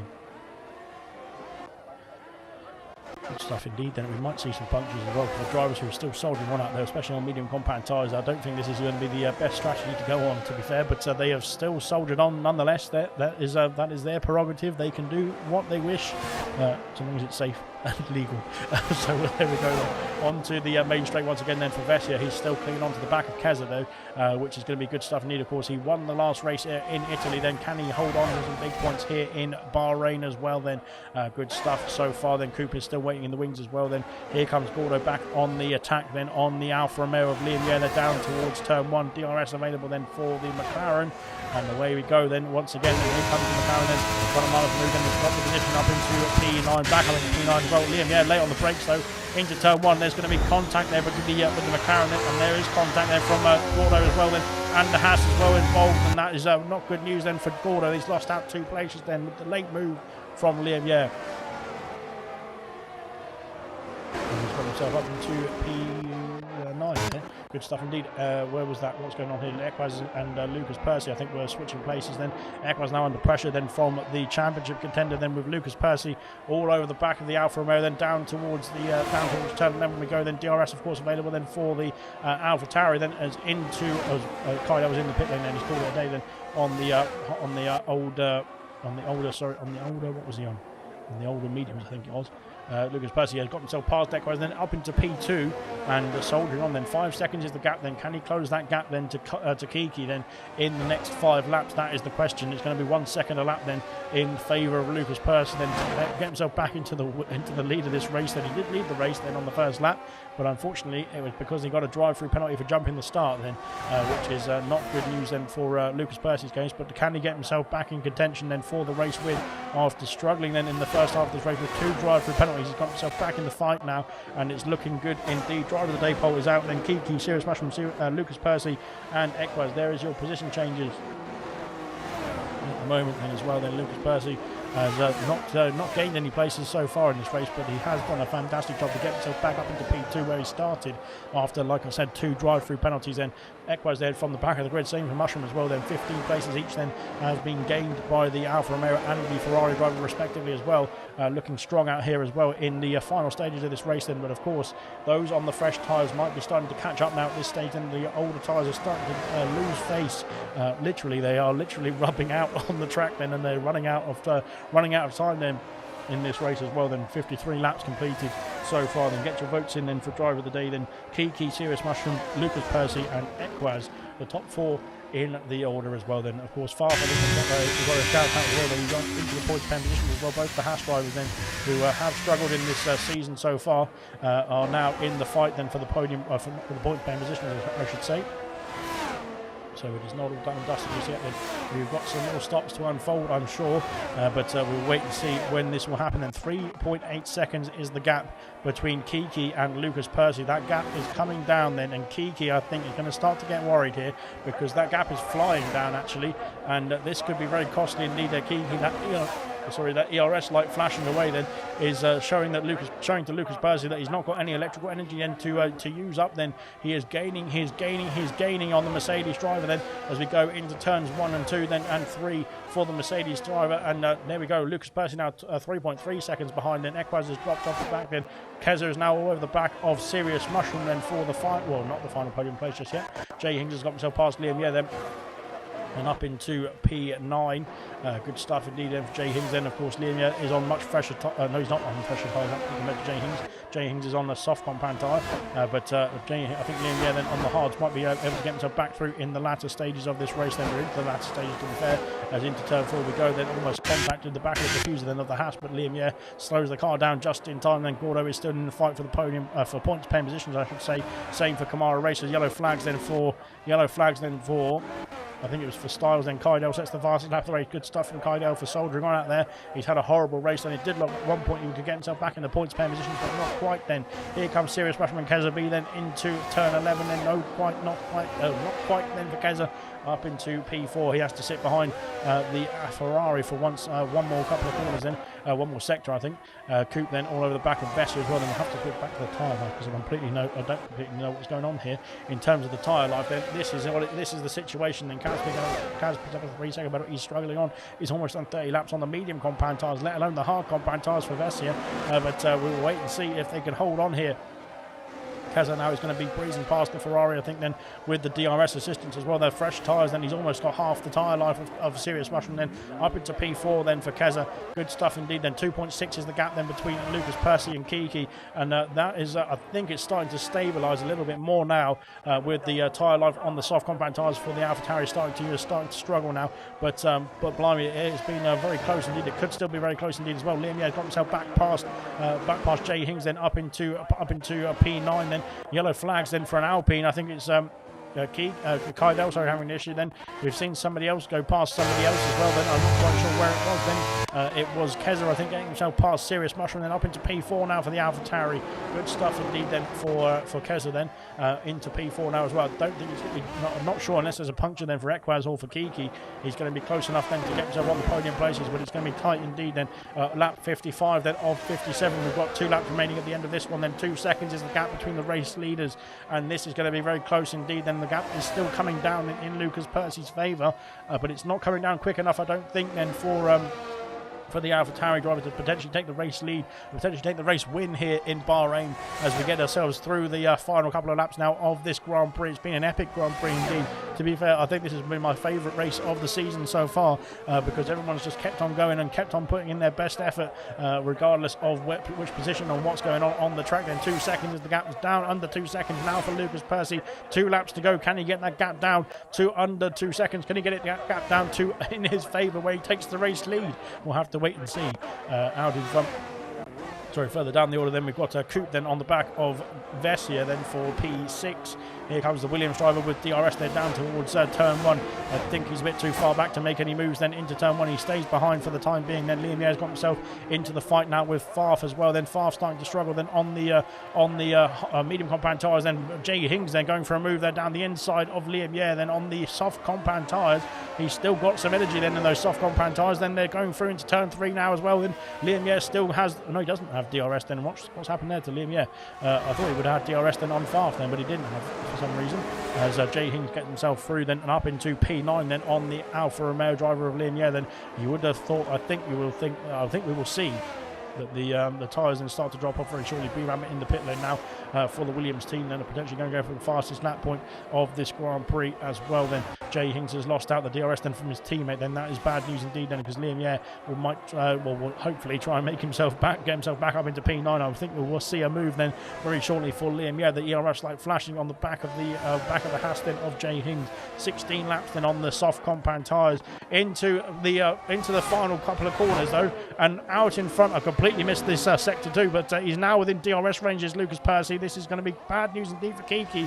Can he hold on to the race lead? Can he hold on to the race win here on the final lap of the Grand Prix? It could change on this 57th lap here in Bahrain. Then Lucas Percy is powering down the main straight with DRS there into turn 1. He's too far back to make the move. Then can Kiki hold on to it into turn 4? That is the question here as well then. We go through into turn 3, 4 tenths is the gap as well. We go down towards turn 4, ERS there on the money then for Lucas Percy, just pushing as hard as he can then into turn 4. We can't make the move. There's still some more opportunities though in this in the rest of this lap. Then Kiki is going to be absolutely terrified of this AlphaTauri right in his wing mirrors here as we go down into sector 2 now as well. Then to finish off the final lap here in Bahrain, we'll have to just stay on board I think with this whole lap, because this is going to be tense indeed between the two fighting for the race win on the final lap of the race as well. Then it's switched in their favour as well. Then Liam Yair and Gordo switching places as well, all over the place there, down to P10 and P11 I think respectively. Then here comes Lucas Percy there on the back of the Mercedes once again, then down towards turn 11. Can he make the move? Then Liam Yair is retired in the where has he gone? He's had an issue there somewhere, and I think that's him out of the race then, and probably out the grid as well, because he's going to give up as well. But there we are then. Here we go then. Lucas Percy then into sector 3 is going to be flying through then and down in towards the final couple of corners. Then can he make the move then on the Mercedes driver then in this final lap or two as we go down the hill once again to finish off the race here in Bahrain? It's been absolutely epic then from Lucas Paz. He's dived late then on the inside of Kiki. There's contact between the two of them. Can he hold on to the position? He can. He's taken the lead then at the final corner then, and is he going to hold on to it? Yes, he is, by a tenth of a second. Lucas Percy wins in Bahrain. And blimey, that was an absolutely epic finish indeed then. Kiki, by a tenth of a second, loses out on the final lap of the race then. It was a late move indeed from Lucas Percy, but I think he made it through without any significant contact. I think Kiki was still on the circuit as well then. We'll have to wait and see then in the review, but blimey. What a race finish indeed then. Great stuff indeed between the two of them. Ekwaz finishes in P3 then. My personal driver of the day then as well. Then great stuff indeed from Ekwaz there on the podium places. Sirius Mushroom in P4. Keza in P5. Coop in P6. Vessia P7 then. Farf in P8 then. Jay Hings P9. Gordo in P10 then. Kamara Racer just misses out on the point then, unfortunately for Kamara. Sick as Muck in P12. Marvsky P13. Vintage in P14. Kaz in P15. B-Rabbit in P15. Kydell in P17. And Styles, Hungry Styles and Kydell still battling away. Here comes B-Rabbit then. Can he set himself the fastest lap of the race? Then he can do in P16. Good stuff indeed. Kydell and Hungry Styles then will finish off the race, and unfortunately retirements were Liam Yair and Moomin Ninja. Blimey. But great racing indeed then for the majority of that race. It was absolutely fantastic. And here comes Kaido and Hungry Styles, I think, having a bit of a battle between the Belgians here in the final lap of this race as we cross the line then to finish off the Bahrain Grand Prix. But a fantastic epic there indeed, and I'm not quite sure which one of them wants to cross the line first there indeed as well. But great stuff from the drivers end as well. Great stuff indeed. Fantastic from everybody as well then. I'm very sweaty at this stage. And welcome to Kaz then, who has joined us in the comment section as well. Has joined us as a member then for the channel. Then thank you very much then to Kaz then, who has joined the gents and tier as well then. Great stuff indeed. Fair play to Kiki. I would have closed the door there, but he left the space, says Lucas Percy in the comment section as well then. So it seems like it was all a fair indeed into the final corner there, but a fantastic end to the Grand Prix after 57 laps as well. Then hopefully we can get some interviews underway then with the top 3 drivers as well. Then we've got Lucas Percy on the top step in the AlphaTauri. We have we have a Kiki in P2 in the Mercedes, and then we have the Alfa Romeo of Equaz in P3. Blimey. So good stuff indeed. Then hopefully we can get the interviews underway then very shortly. Then there is Lucas Percy then in P1, Kiki in P2, Equaz rounds off the podium places here in Bahrain. Sirius Bashmi in P4, Keza in P5, Coupe P6, Vessia P7, Favre gets points once again then in P8, then Jay Hings P9, Gordo in P10, Coupe in P11, then Sickers Muck P12, Marsky P13, Vintage P14, Kaz P15, B Rabbit in P16 does get the fastest lap point as well. Then after a bit of a difficult second half of the race, then Hungry Styles then P17, Kaidel in P18. Unfortunately for Liam Yeh and for Moomin Ninja, they retired various points of the Grand Prix and are the only 2 retirements in this race as well.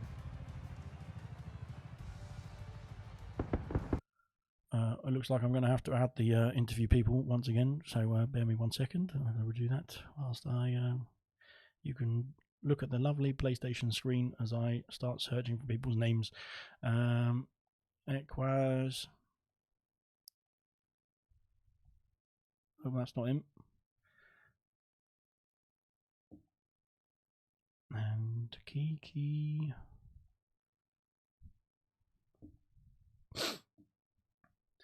Fantastic stuff then. Well done, guys. That was an absolute great Grand Prix and very good stuff indeed then from all the drivers then who got to the finish line as well then. Unfortunately not for Liam Yeh and for Moomin Ninja. They had a bit of a troubled time then, it seemed, at various stages of the race there, but fair play for soldiering on then for everybody else who got to the finish line as well then. We are joined I think we're joined by Kiki. We'll start off with Kiki because unfortunately nobody else has joined us just yet. But Kiki then, P2 in that race then, did you think, you had the race under control, it looked like, both in the first stint and the second stint, to be honest. But unfortunately you were pipped to the line at the final corner. Can you tell us, firstly, how you were in the first stint? Were you very comfortable indeed? You saw the gap extending quite comfortably. And what did you think at the end of the race as well?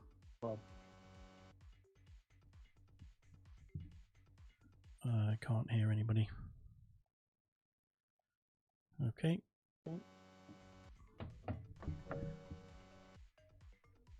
I'm not quite sure if anybody can hear me then, but yeah, all right.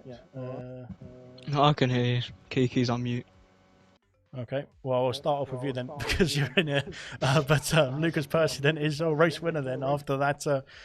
Interesting first start of the race. Then you decided to give yourself 2 drive-throughs, I think, on purpose, wasn't it? And you had a bit of an interesting first half, and then got yourself back in the race just on pure pace. It looked like. Yeah, it was 100% on purpose. Definitely meant to cut the start and speed under the safety car. But no, I'm only joking. Yeah, it was just a few stupid mistakes, especially that start as well. It was literally like the tiniest of milliseconds I've cut it by, and obviously that ruined the first 20-25 laps of my race. Felt alright on the hards after a couple of laps, managed to get a few overtakes done, but then when you're sat in that DRS train, it's just it's pretty hard to overtake, especially around here. I think the only real overtaking manoeuvres are into turn 1 and turn 4. But yeah, it was a bit difficult. Obviously the softs at the end, I knew I'd be a lot quicker than the guys who were on the hards because the tyre delta was going to be a lot quicker, and obviously their tyres were, I think 15-16 laps older than mine. So yeah, I knew I'd get back up to them, and yeah, luckily just got past Kiki on that final corner. And tell us about the move on the final corner, because it was we didn't have a good angle of it, to be fair, from the stream point of view, but you went for a gap. Then it sounded like from the comment section you went for the gap then that was there, and it was all fair and it was all safe and everyone was happy at the end of it. So I want to get your feedback first. Yeah, I mean, fair play to Kiki, just completely left all the room there for me. I mean, if that's me, I'm shutting down the inside because I know that it is a lunging opportunity. Not very often you see people go down for overtakes there, but when you're desperate and it's on the final lap, I think he kind of could have maybe defended it a bit more. But yeah, he left the space, played it fair, and yeah, thankfully I just managed to get ahead of him and finish him first. and that didn't look like it was going to go your way, but fantastic race in the end as well. Then for Lucas Percy to take the win here in Bahrain, and potentially a preview of what's to come on Saturday. Then when Yuki Tsunoda wins the Grand Prix as well. Yeah, we'll have to wait and see. But great stuff indeed from Lucas Percy then to take the victory here in Bahrain. Kiki, then hopefully, can you hear me now? Can you hear? Can we? Yeah. Hello. Are you there? Hello. Hello there. Hello. I was saying earlier Alright. before Lucas Percy jumped in as well that you had the control of the race then for the most part then, especially in the first stint. And you had a quite comfortable gap then in the first stint as well then, and also in the second stint as well there before Lucas Percy came through on the softs. Did you think you had the win in the bag, or did you have any concerns then before the AlphaTauri started looming in the wing mirrors? I actually thought I had the win, I'm not even going to lie. I thought his softs were going to drop off right at the end, but they didn't. And then he caught me, obviously went down the inside the last corner. He got the win. But my headset kept on going off through the second sector, so I couldn't hear my revs at all through the second sector. It was doing me head in. And you had technical difficulties as well, and you were battling on. And so did you have those issues at the end of the race as well? Then when Lucas Percy was all over the back of you?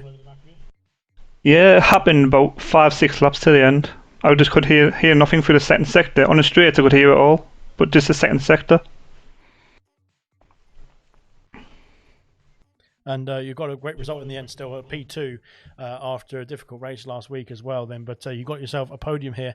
And how I know you probably feel that you wanted you were going to get the win here, and you might have deserved you did deserve the win, to be fair, at most part as well in my eyes.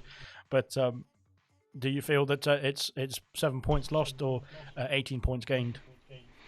I'm not going to lie, I'm not going to be in the championship in this one anyway, so obviously my focus is on bronze. But yeah, it's nice to be on the podium on a 100% race, obviously racing people from like gold and silver who are pretty quick, so just good to be on the podium. Very good race indeed from yourself, and I don't think it's anything to be ashamed of anywhere at all. That way, if I was in your position, I wouldn't be in your position to start with anyway. So don't worry about that. I might have a little cry. Indeed, from yourself, then well done indeed. Another podium to add to your collection, I suppose. And again, good result indeed from yourself. I think we've got Equaz, if I'm pronouncing it right as well. Equaz, Hey, whoever you are, come and join us in the commentary box. yo, Hello, welcome to the podium places, and how to do? fantastic stuff indeed from yourself. There, you had soldiered on then on those old hard compound tires towards the end, and after the qualifying ban, you started at the back as well, and it worked out very well for you. Yeah, it was a really fun race. I really enjoyed that. Very tiring. But yeah, I really enjoyed it. I had really good battles with a few people. Coop. Yeah, it was a few battles. It was really fun. I enjoyed that. No, you did really well indeed, and you got yourself through the field quite comfortably as well, and timed the stops to perfection as well at most stages, and it worked out. If you got yourself a podium then once again, so it's 2 podiums back to back now, I think, with the podium then in Monza as well. Then so it's not looking too bad then in the Alfa Romeo. Well, we'll see, because my start again, I think I done a bit of a dive bomb. I think I kind of clipped an Alpine as I was coming into the first turn. So whether he might report me, I think I've got the footage anyway. So we'll see if I hold this podium. But regardless, it was a super fun race. Well, good stuff indeed, and well done indeed for Equaz there on the podium. Then that's Lucas Percy, your race winner, Kiki in P2 and Equaz in P3. You should podium here for the Bahrain Grand Prix. We'll be back next week. Then I think it's for hang on, let me check. I've forgotten what race we've got next, to be honest. We'll be back next week then for Saudi Arabia, of course. So that'll be an interesting one, around 50 laps around the Jeddah Corniche circuit. So that'll be interesting stuff indeed next week for the 100% league, that is. Of course, we've got Bahrain coming up on Sunday for bronze. Sunday for gold. Sunday for gold, then Monday for silver, and on Tuesday for bronze as well. Then so stay tuned to ALR. There's plenty more action coming up, and we'll see you very soon.